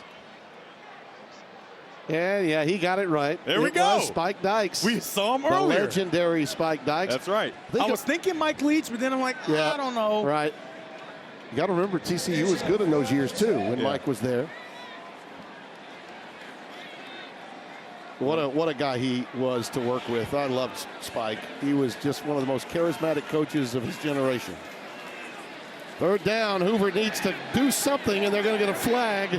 That's the end result of some holding on Savion Williams that was taking place. Yeah, Brendan Jordan, I think he grabbed his face mask to snatch him to the ground. He did. I love when a guy clearly pulls him, and then he likes thinking like, what did I do? They're talking about it too.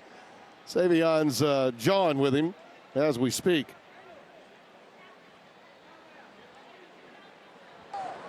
Personal foul, face mask, defense number 7, 15-yard penalty, automatic 1st down.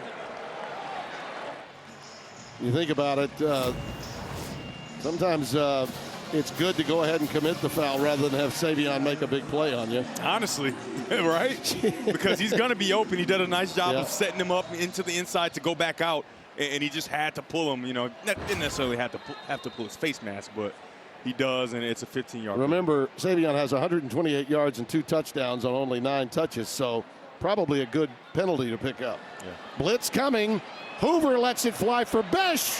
What a catch, but did he? Yeah, he ran out of real estate. Yeah, it's right Man, foot. that was a wonderful catch, but he was led just a bit too far by Hoover. Still down. And Stevenson was in coverage with him, and Jack Bech is still on the ground. Yeah, I mean, great over-the-shoulder catch. That right foot just steps on the out-of-bounds line. So, but when you fall so hard, right, because he's trying to keep his feet in, that's tough. Let's hope that he just knocked the air out from under him, and he's struggling with that, and it's nothing else that could be more serious. That young man is a breath of fresh air and deserves to stay healthy the rest of the year. One of the real leaders of this TCU offense, Jack Bech. Right up the middle, and look out, Cam Cook.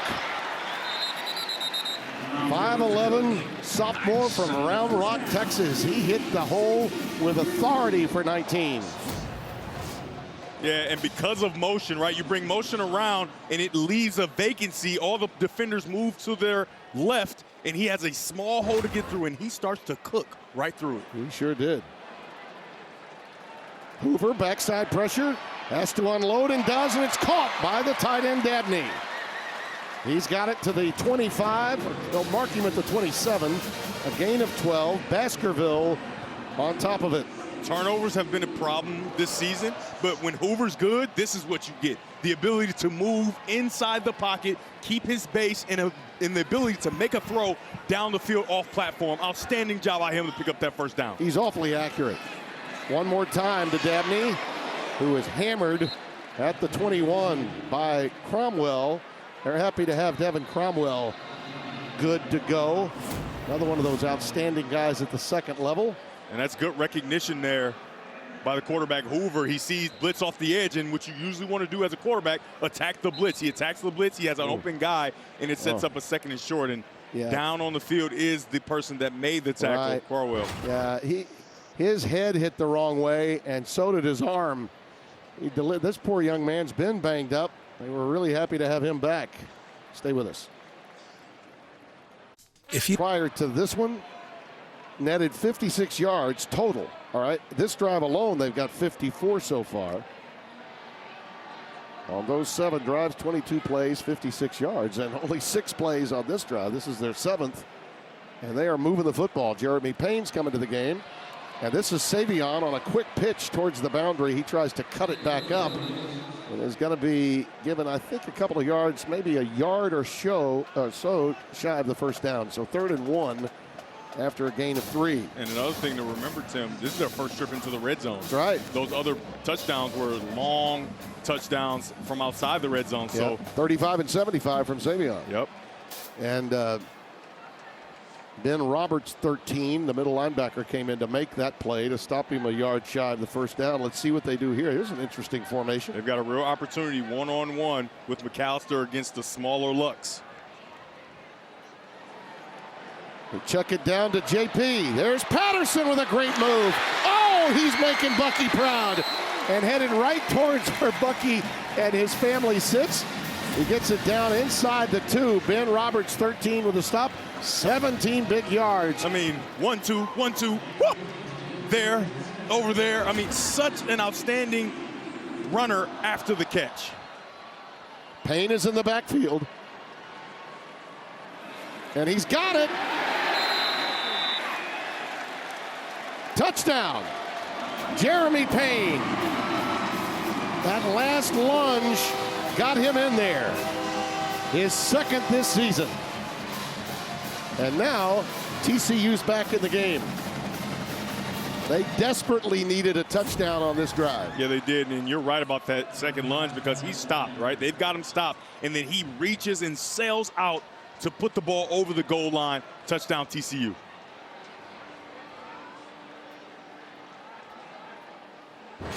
I'm sure they're going to take a look and see if that thigh and knee stayed above the ground before the ball broke the plane. Wouldn't be shocked. It looks good to me. Yeah. But, you know, you got to look at it from every angle. Put Pereira on alert. Yep. Come on, Mike. Make an appearance.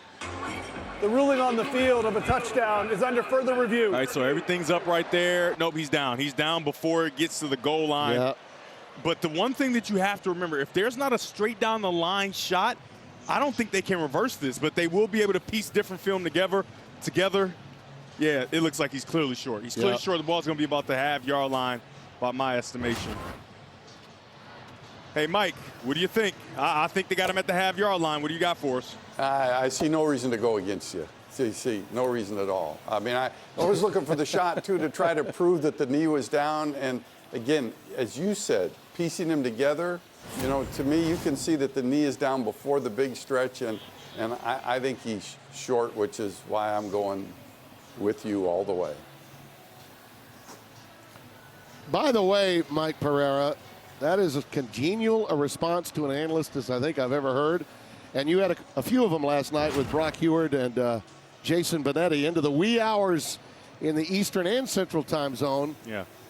He had to stay close to home at our studios to come into work today. You know, it's really impressive that, you know, he still looks so good because I'm sure he hasn't slept, right? He hasn't slept. He's been working all day, all night. And so, Mike, you look good, and I always love when you agree with me. Well, the big misnomer to me is big noon kickoff. It's not big noon out here in Los Angeles. It's big 9 a.m. It's big 9 a.m. for you. Yeah, after a midnight indeed soiree here at the studios, it was back here very early. Oh, man. After further review, the ruling on the field of a touchdown stands. Wow. Well, so, like I us. said, that not ability to have the right down the line shot, right, Mike, is why they kept it as it was called on the field. Probably. That's it, but I bet my bottom dollar it was short. But it's. I mean, I think it was clearly short, but, you know, without the direct down the line, it has to be indisputable, right, Mike? The replay official sending a message. I Get still the pylon camera, boys. You better have it. I'm with you. I totally agree. Well, that's good, though, for TCU. It is. That saves, in a lot of ways, the game circumstances and finally ends 28 unanswered points by Texas Tech. The home team is satisfied. I mean, that has to feel good to put a drive together when you've had, you own the first quarter, right? It was very clear. It was all TCU. And then it just slowly slipped away from you, and Texas Tech started to find success, and then they bring in a new quarterback, and he has even more success. So it was tough for, I'm sure, Horned Frog fans to watch, but that was encouraging to see them drive down the field so seamlessly. Josh Sims, I'm curious because we think we know where Baron Morton got hurt in the first half. Can you tell us a little more? Yeah, it appears that Baron Morton got hurt late in the first half, injured that shoulder. That's all I was really told about the injury, but I can tell you the frustration I saw from him walking off the field, screaming just in anger at the injury. Obviously, the team doing well without him right now. He's on the sideline. Of course, he wants to support his guys out there, but he will not return to the game. I can also tell you that Taj Brooks, who went to the locker room, is back out on the sideline and expected to return. Yeah, that's the bigger news, clearly, for Texas Tech, is they certainly don't want to lose Taj Brooks. Yeah, and that play is where we think it kind of happened, where he reaches that left arm out to brace himself, and the shoulder's probably jammed into his shoulder pads, and you see him on the sideline with his sling. And the one thing I will tell you, this guy's made of the right stuff, right? So he is going to be the biggest fan and supporter of his backup, Will Hammond. Here comes Jacory Williams. He's quick, has a hiccup.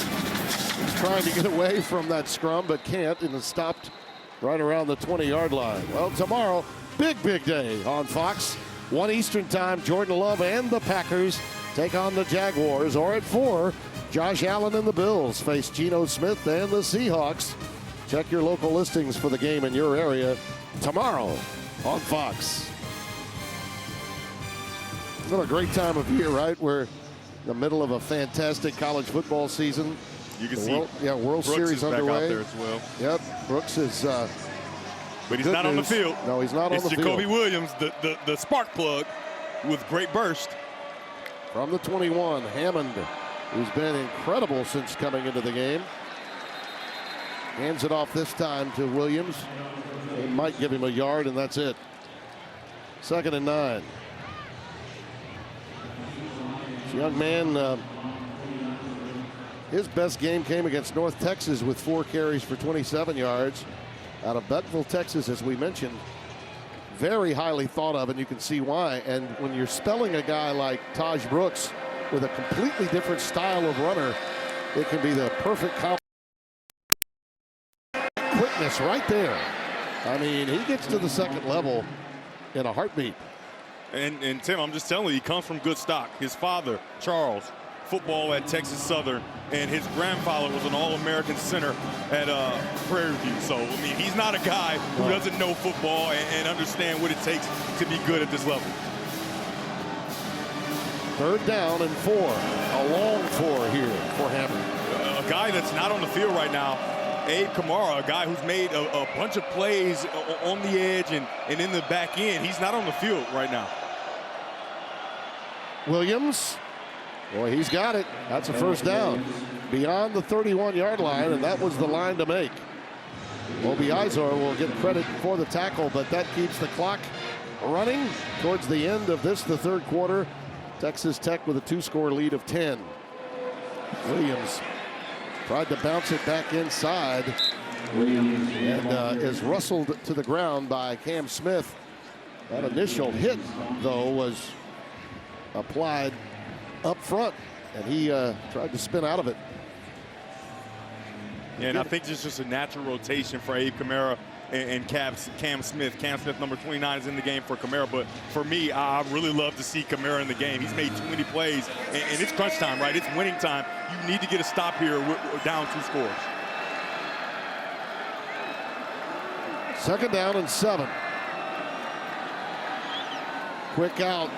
Beautiful control, and they get the guy that has been devastating on this TCU secondary, Caleb Douglas. Boy, does he run outstanding routes. I mean, one-on-one coverage, and he runs just a nice button hook like they called it in your day, Tim. Snaps down, gets back to the quarterback, and he's wide open for a 1st down. I don't know how many times in a front yard game of tackle football, and we did play tackle in those days, you go down here, you button hook to the left. That's right. Yep.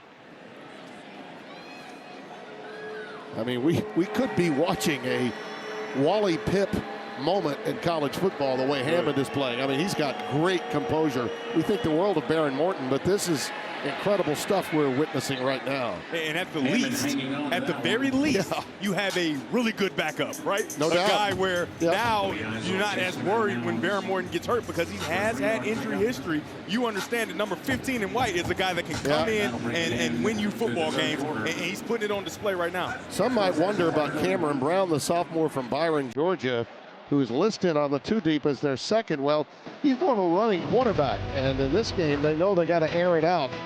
And Hammond has been more than ready to oblige. He has shown you his dexterity big time. We got to the 4th.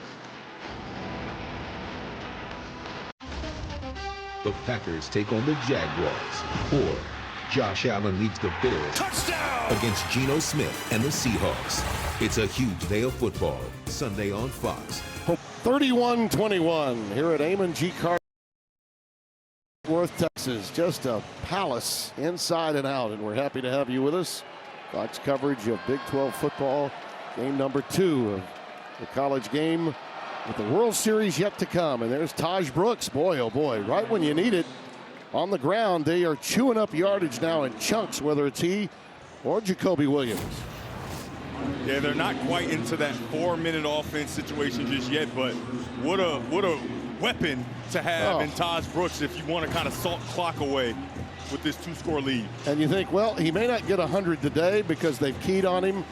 They've kept him from having the big plays, but as time goes on and this defense gets a little fatigued, look out, because he can pop one and put the game away just like that. And Hammond has been right on target with his arm with every pass he's thrown. Looks like we got a marker down.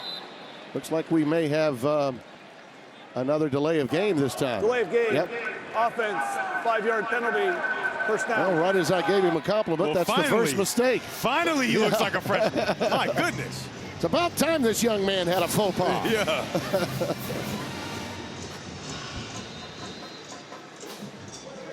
Joey McGuire not only had and Zach Kitley, they had more than just a few tricks up their sleeve and in their hip pockets today. Really started with that fake field goal when you think about it. Brooks, boy, he's not that far away from popping it. Yeah, and when you look at his running style, a lot of people would remind you of a Le'Veon Bell. Remember, he used to get the ball and kind of sit at the line of scrimmage. But the one thing that him and Le'Veon Bell, they both have is the ability to hit the hole like the old school, like you really want them to. They don't always dance. They just dance when they have to. Oh, look at that pass. I mean, a laser throw. caught and taken down inside the 15-yard line, and it's Coy Aiken again. I mean, so precise. You've run the ball well, stick it in there, and then right on his numbers where he can catch and run. I'm just telling you, ball placement is so important because instead of a catch and fall or a catch and tackle, it's catch and get a lot more yardage. Like we've talked about, Hammond has been special in this game. And Aiken, I believe, on that tackle, which was a shoestring variety, might have gotten a high ankle sprain. As you can see, he got rolled on by Broughton, who was making the tackle, and he was starting to get up and then had to fall to the ground. Looks like he's going to be okay, though. He's gingerly making his way back under his own power. And that's good news because he has been a steadying influence at wide receiver. Kelly has had his moments as well. Caleb Douglas has been the multitasking receiver all day long. But Andy Avalos is having some difficulty dealing with this new quarterback. And you had precious little scouting on him coming into today's game. I mean, that's really a blank resume when you think about it. He looks like Opie on Andy Griffith. Now he's going to try to run it and thinks better of it. Steps out of bounds right in front of big number 11, who is a load, Devin Deal, who's really been playing well of late, the junior from El Paso, loss of 2 there. Yeah, and how cool is it for Devin Deal, number 11, and Marcus Deal, number 95, to get the start today? Marcus Deal, because he's performed so well and kind of outperformed Mitchell, and then Devin Deal, Cooper McDonald's out, and he's performed well. Yeah, that counts as a sack for Devin. Man, his name is good, too, isn't it? Sure does. Got to deal it. Devin Deal. He spells it weird, but, you know, love it all the same. 2nd and 12. Brooks wrapped up and corralled. Big-time tackle there from Osafa Mensah. Nana Osafa Mensah. That was just a big-time play against one of the best backs in the country. Nana says, Nana, we're not going to give anything else to old Taj Brooks. A nice job. And you usually see Taj Brooks break those arm tackles, but Nana's so strong, and he gets a hold of them and slams them to the ground. 7 of 14 on 3rd downs today, the Red Raiders. They go with 2-by-2, so 4 wide, and Brooks in the backfield. And right now, Hammond has no incompletions. It's Brooks on a stretch. Brooks inside the 10. See where they mark him out. It should be around the 6-yard line, between the 6 and the 7. Austin Jordan, number 14, ushered him out. And it's going to be 4th down. 4th down and about 2, a long 2 or maybe 3. Well, they're going to call him a long 1, but they're going to go for the field goal here. How about our employees on the sideline just moving out of the way, not getting run over by a talented running back like Brooks? 24 yards for Garcia. And Gino remains perfect kicking them this season for the Red Raiders. Add to the tote board for Joey McGuire's bunch.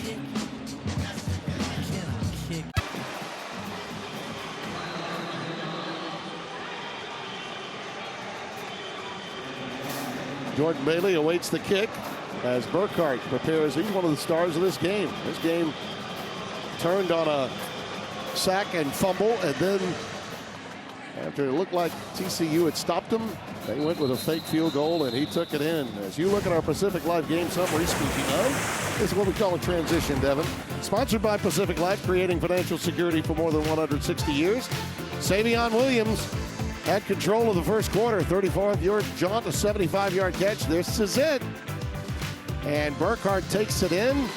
And then in the second half, after the injury to Morton, here comes Hammond throwing to Coy Aiken. And running in for a touchdown himself. TCU gets an answer. And because they kept Texas Tech out of the end zone, they got a chance to make a move here and cut it to a one-score game, provided they get unleashed in this drive. Jack Besh gets a first down right in front of Macho Stevenson on the first play of it, out to the 35-yard line, a gain of 10. They certainly have to have urgency, and The thing is, they have the weapons and the quarterback to do it. They just have to make sure they protect the football. Shadows have now come over Amon G. Carter Stadium, and here goes the outstanding Trent Battle, the junior from Daphne, Alabama. He gets out ahead for a nice gain on first down. Pickup of 4, second down and 6. Because of the turnovers and different things like that, they haven't really been able to get Trent Battle into the game as much as they probably wanted to. But I love that they're not abandoning the run game. As long as you get positive runs, it's cool to run the football at this stage of the game. Trent's dad played in the big leagues, Allen Battle. And we got a marker down pre-snap. Looks like another false start. Yeah, right tackle flinched. Might have been Whitfield, forced into duty over Nichols at the right tackle spot. Normally backs up Harris on the left side. False start. Offense number 56. 5-yard penalty. Second down. Yep, that is Ben Taylor Whitfield. Hard to miss him, 6'6", 315.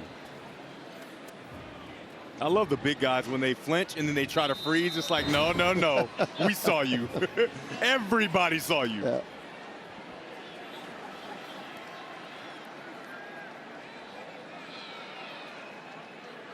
Out of the shotgun on second down. Hoover with plenty of time. Lets it fly. It is caught. It's inside the 15.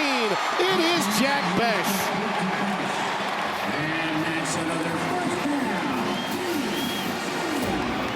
Who better to go to than Besh? Safety comes out of the middle of the field, and Besh just sees green grass, and he turns on the Jets to run that football down in a perfect throw by quarterback Josh Hoover. 52 yards on that connection. Sonny told us it's what he does after the catch, which has separated him from the pack this season. On pace to easily be all Big 12 and probably some All-America mentions. This is just a thing of beauty. Yeah, it is really. And like I said, Hoover with a perfect pass, but this Besh is so impressive. He's like the perfect mix of a possession receiver, but also a big play receiver, as you can see down the field there. Let's go down to Josh, who's got more on Jack.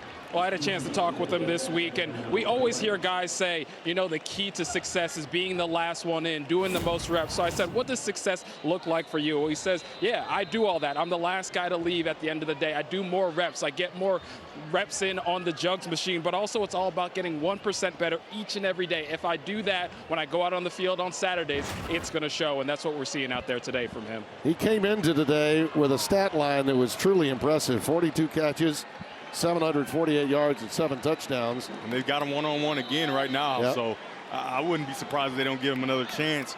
If I'm Baskerville, you got to get over the top to help here. Well, he has 4 receptions today for 77 yards, 62 of it right here on this drive. Savion Williams back at quarterback. Oh, they fake the reverse and dump it to the tight end, Dabney.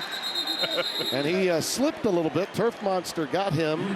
I'm sorry, that was Savion Williams who made the throw off of Hoover, and it was Rogers on the receiving end. Yeah, there was a lot of stuff going on there. There was. Wildcat handoff reverse back to Hoover. Indeed. And it was a lot for just a couple yards. Absolutely. As your play-by-play man will attest. Savion gets it down to about the 2, maybe the 3. They'll mark him at the 3. Dude, a guy this size with such acceleration and the ability to break tackles, it's just really impressive. He should be tackled in the backfield right here. He should be down, but no, he finds a way to get outside, trips a little bit, gets his balance, and then powers his way through for a first down. And that's Rodriguez, a good tackler that missed him. Yes, he was. Hoover's pass, back shoulder, it's caught. It is touchdown, and it is Jack Besh. His 8th of the year. We thought when he had the one-on-one a little bit ago, he would get the opportunity, but they wait here, give him the one-on-one, and it's just a fade route and a perfectly thrown back shoulder out to that third lane, away from the defender, and Besh with the strong hands makes the catch. That's the young man, by the way, from Lafayette, Louisiana, down in the Acadianas. Ineligible receiver downfield, number 0. Oh, boy. 5-yard penalty. First down. Oh, boy. Wow. Wave it off, and Sonny is in disbelief. Wow. That was a late call. I mean, a very, late call. Yeah, I mean, we got to take a look to see how many guys are on the field, and if number 0 is covered up, he cannot go out for a pass, and that is a heartbreaker. But you can't dwell on it. You cannot dwell on it. You have to move forward right here, and you still have one-on-ones across the field, and you've got number 88 to the bottom of your screen against a shorter defender. Hoover again, crossing pattern, end zone, caught, touchdown. It's a moot point now. It's Rodgers, the tight end. Rodgers, take it away and maybe give it back. A junior from Sammamish, Washington, B.J. Rodgers. He was legal that time, wasn't he? Yeah, he was. Now, his lone career touchdown was against Texas Tech a year ago. And just his second reception all year, this year. And now Kyle Lemmerman, the freshman from Southlake, Texas, for the extra point.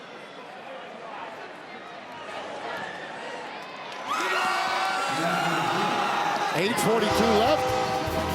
And as we expected, a game that's going to come down to possibly the last possession of the day. 100%.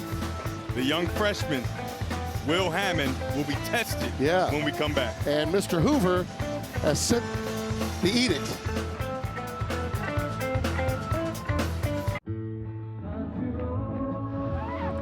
And Amon G. Carter is making some noise now. Booted a little bit by Rodgers, but he's going to bring it up anyway. And he finds just a little crack. He's mad at himself. Gets it out to the 25. Jacoby Williams on the return. Above and Beyond is sponsored by Jersey Mike's. Be a sub above. Yeah, and it's Will Hammond, man. He has gone above and beyond the call of duty more than any backup is ever called to do, right? And you want a backup to come in and just preserve the lead, right? And kind of just not make mistakes. And he's come in and he's been electric. He's done an outstanding job. However, the biggest test comes now because TCU has cut this to a one-score lead, and he has an opportunity to try to put this game away, but he has to pick up first down after first down and eventually go put the ball in the end zone. Oh, quick throw, and the turf monster absolutely gobbles up the receiver, Kelly. I thought maybe he had hurt himself, but he just got, he stumbled. Thankfully, he isn't injured. I thought for a minute he might have pulled a hamstring there as he stumbled, and that was just a clear case of the turf monster getting him. Nice gain, though. 2nd and 4 after the 6-yard pickup. Brooks hammered at the line of scrimmage. Falls forward for maybe a yard. They'll need 3 on 3rd down. Austin Jordan, 14, the first to get there. Big play here. Fans know it, too.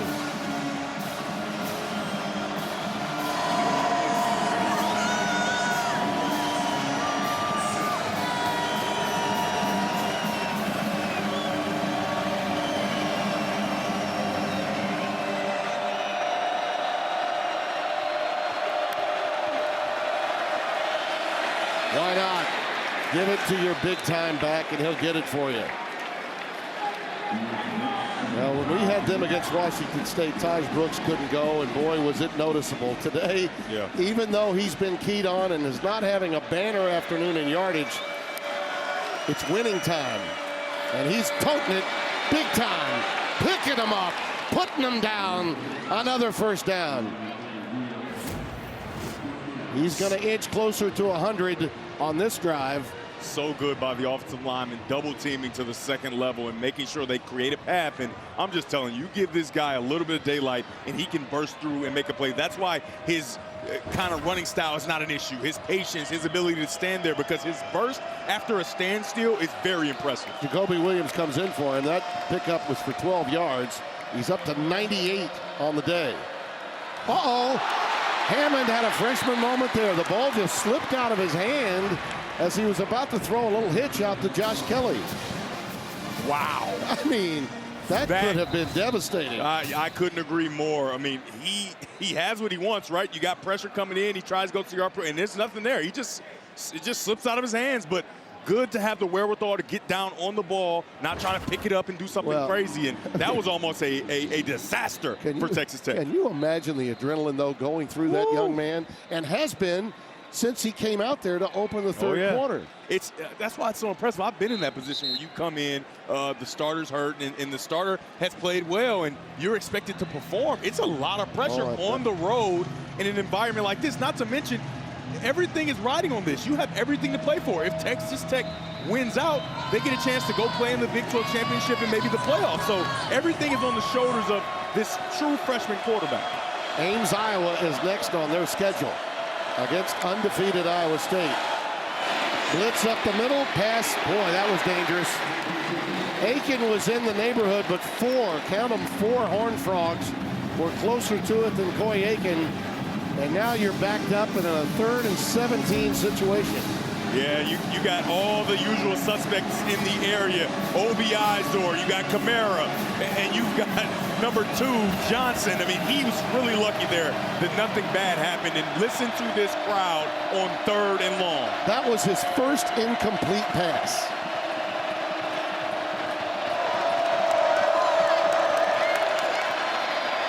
Comes right back, zips it incomplete. Great defensive work by Canada, number 7, who was isolated with Aiken, mano a mano. Punt formation coming up.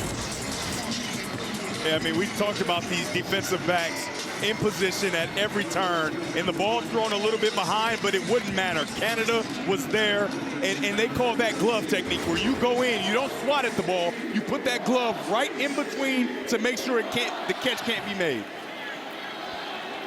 The son of Bucky, J.P. Richardson, waits inside his 20. The punt from Burgess is angling end over end inside the 10, and he's going to bring it back. Look out, trying to get to the boundary. Well, he managed to get something out of that. He was in a lot of danger. Backed up a little, but got it out to the 12. A 52-yard boot. The fans in their hats and boots being heard from. So it's going to come down to this. TCU with an opportunity to perhaps steal one at home after being dominated in the third quarter and really much of the second. They absolutely bounced back from that embarrassing loss to Houston with their effort against Utah. But if you want to build on that, you got to follow it up with a home win. And this is their chance to get it. If Hoover can maintain the football and not turn it over. Quick hitch to Patterson. Texas Tech's defense tested and really has answered the bell today for their defensive coordinator, Tim DeRuyter, but he desperately needs one more stop. Yeah, and for Josh Hoover, he's been in this situation before. In their season opener, he led a game-winning drive to beat Stanford 34-27. The question is, can he do it again? 2nd and 5, pressure up the gut, looking for and finding a pair of 8s. It's McAllister picking them up, putting them down. Touchdown, TCU.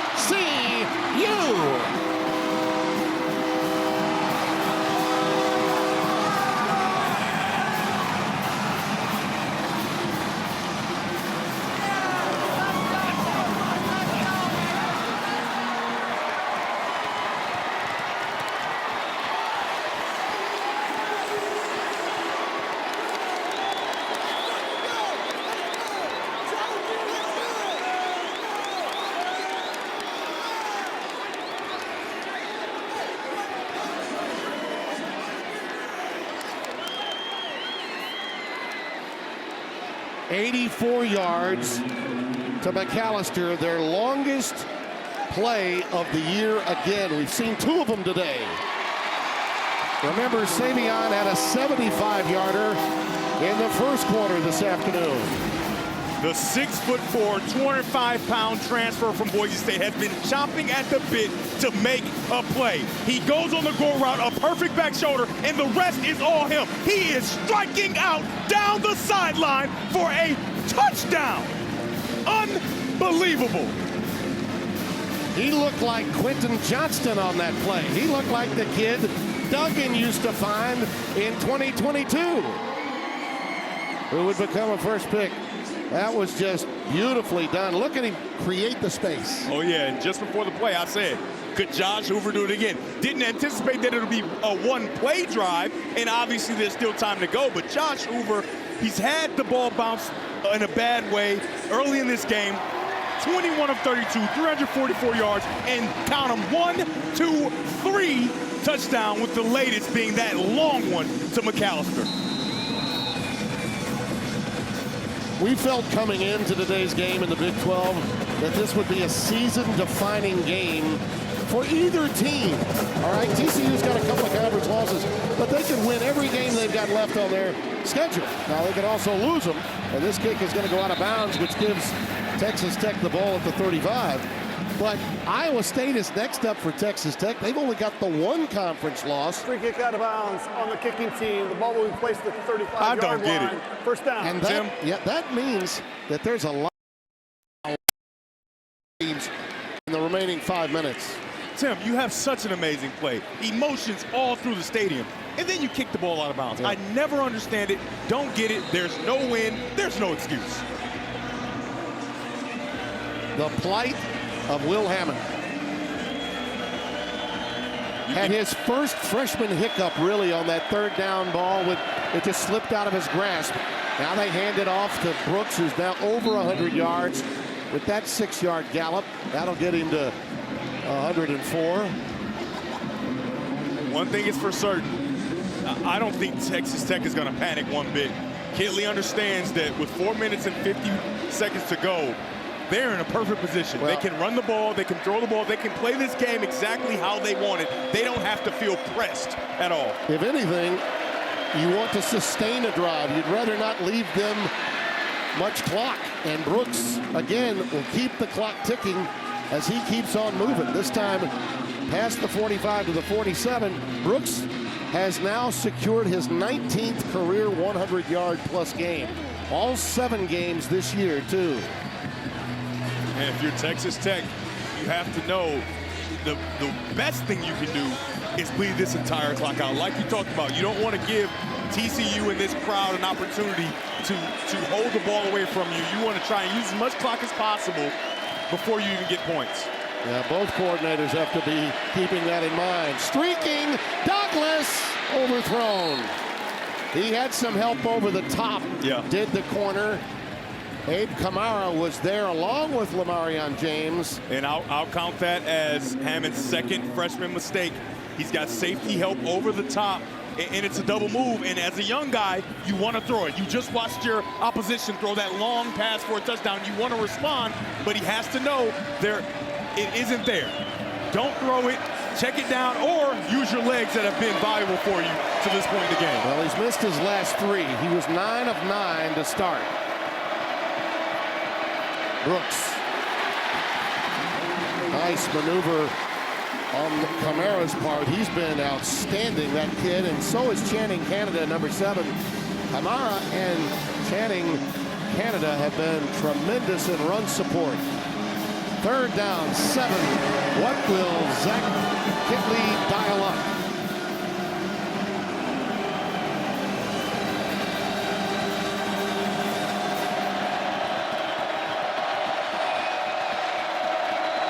It looks like it's going to be zero coverage, right, with no safety back. If they don't change, you've got one-on-ones all across the field. They change now. Brooks twisting and turning and falling. Shy of the 45 of TCU. Zachary Chapman, 42. And it looks like they're going to go fast. That looks like a call that you anticipate that you're going to go 4 down and try to get the first down if you don't get it on that 3rd down, and that's what they're going to do. Could be the game. May not be, but could be. Hammond under pressure.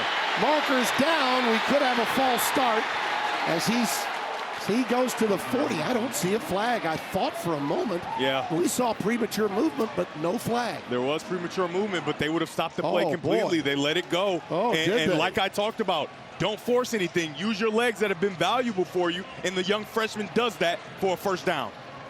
Well, they were 2 out of 2 now on 4th downs. Boy, I absolutely thought I saw premature movement. Jacoby Williams now checks in for Brooks. First down at the TCU 40. Williams tries to bounce outside, but Deal would have nothing to do with it. Caleb Fox, number 90, the first to make contact. Here's the previous play. Now take a look at this. Yeah, it's yeah. close. Oh, it's close. I think that they got it. I think that they may have gotten it right at the exact same time. I don't think that they had premature movement, and I think that's a good call by the referees. At first or a good glance, no call. In real time, it looked like the right tackle did move. Yeah, which makes it more impressive, right? Absolutely. Good no call by the officials. Man, how much fun is this, huh? Oh, yeah. We've arrived at the 2-minute timeout, and we've got more football on the other side, baby. Just another day in the Big 12 Conference. Yep.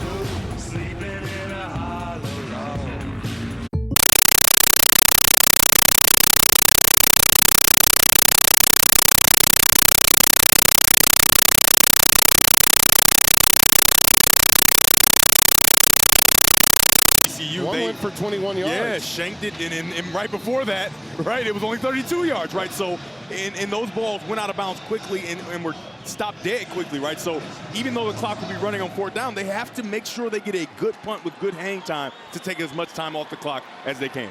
Savion's going to take this out of the Wildcat again. Look at him. Gets it up to the 40.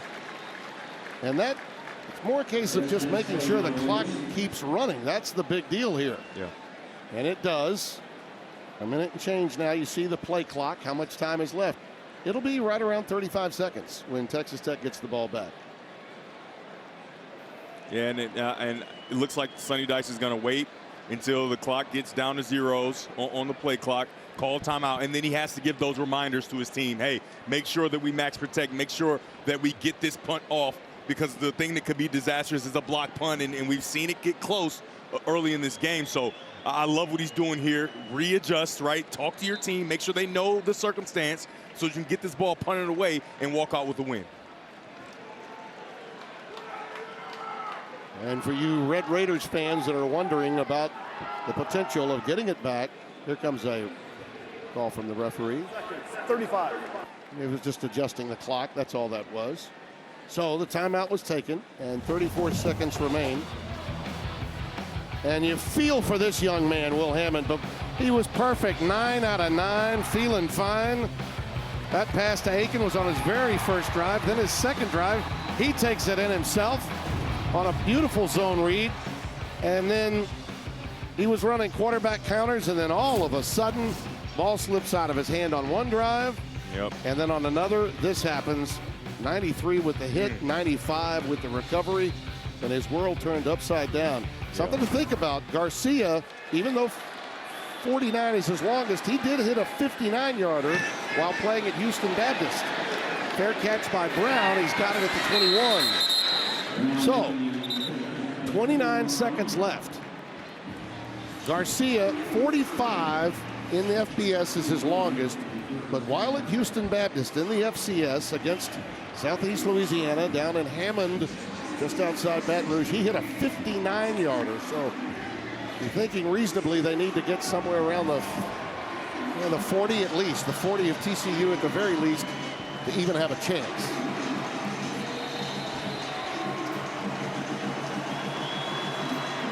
No timeouts left. Everything's got to be toward the boundary or a first down the field and something quick. Hammond in some trouble. Unloads it towards Brooks. It's incomplete. You're going to see very soft coverage from TCU, making sure, and I wouldn't be surprised if Andy Avalos doesn't even show that it's not soft, just to get the young quarterback to see a picture that he doesn't recognize and then get into that soft, deep half coverage with the guy in the middle as well. He needs about 35 to 40 more yards to get off a 55-yard field goal try. Letting it fly for Aiken. He got a hand on it, but it falls incomplete. Canada, step for step with Coy Aiken. That is so good by Channing Canada, because even though in the NFL the pass interference penalty is much worse, you'll still get a free 15 yards. He does a nice job of running with Aiken and then looking back to find the ball. He looks over his left shoulder and then over his right shoulder, so there's no chance of a flag for pass interference. 3rd and 10. Trips to the top. Hammond giving himself some room. Now decides to run it. Hammered again up at the 31-yard line. And unfortunately, the clock's going to continue to run. Inbounds. He did not get the first down. We got a marker down, so hold everything. Devin Deal hammered him there. See who this flag is against. The penalty. The one thing you can't do is spin back inbounds. They're going to call a personal foul here, I think. They may be ready to call a personal foul on TCU. I think that's what this discussion is about.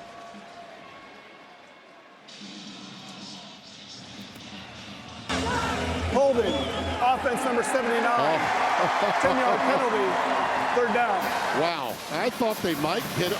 It looked like TCU looked like they were, are you going to get us for this hit? No, there's no chance of that. But I think that comes with a 10-second runoff, and they don't have a timeout because the clock was running when that penalty happens. Maybe not, but I thought that was the rule where if the clock is running, you have a penalty. It's a 10-second runoff unless you have a timeout to use, and they do not. All right, so no 10-second runoff here, so they get one play on 4th down. I want to thank everyone involved. Jacob Jolivet. Jake does a wonderful job. Our producer, director, Dustin Denty. All of our crew here in the booth today. We'll be taking you directly to our World Series pregame. Through a commercial after this play, they're going to throw a little soccer play at us. And it's going to end right here. But you got to get a tackle, or he's going to keep on throwing it. Now it's on the ground, and TCU secures the win. They move to 5-3, 2-2 in the Big 12. Texas Tech to 5-3, 3-2 in conference play. For Devin Gardner, Scott Alexander, Kim Anderson, everybody in our booth, Michael Barsham, Tim Brando, so long from Fort Worth. We'll take you to Dodger Stadium for World Series Game 2 after this.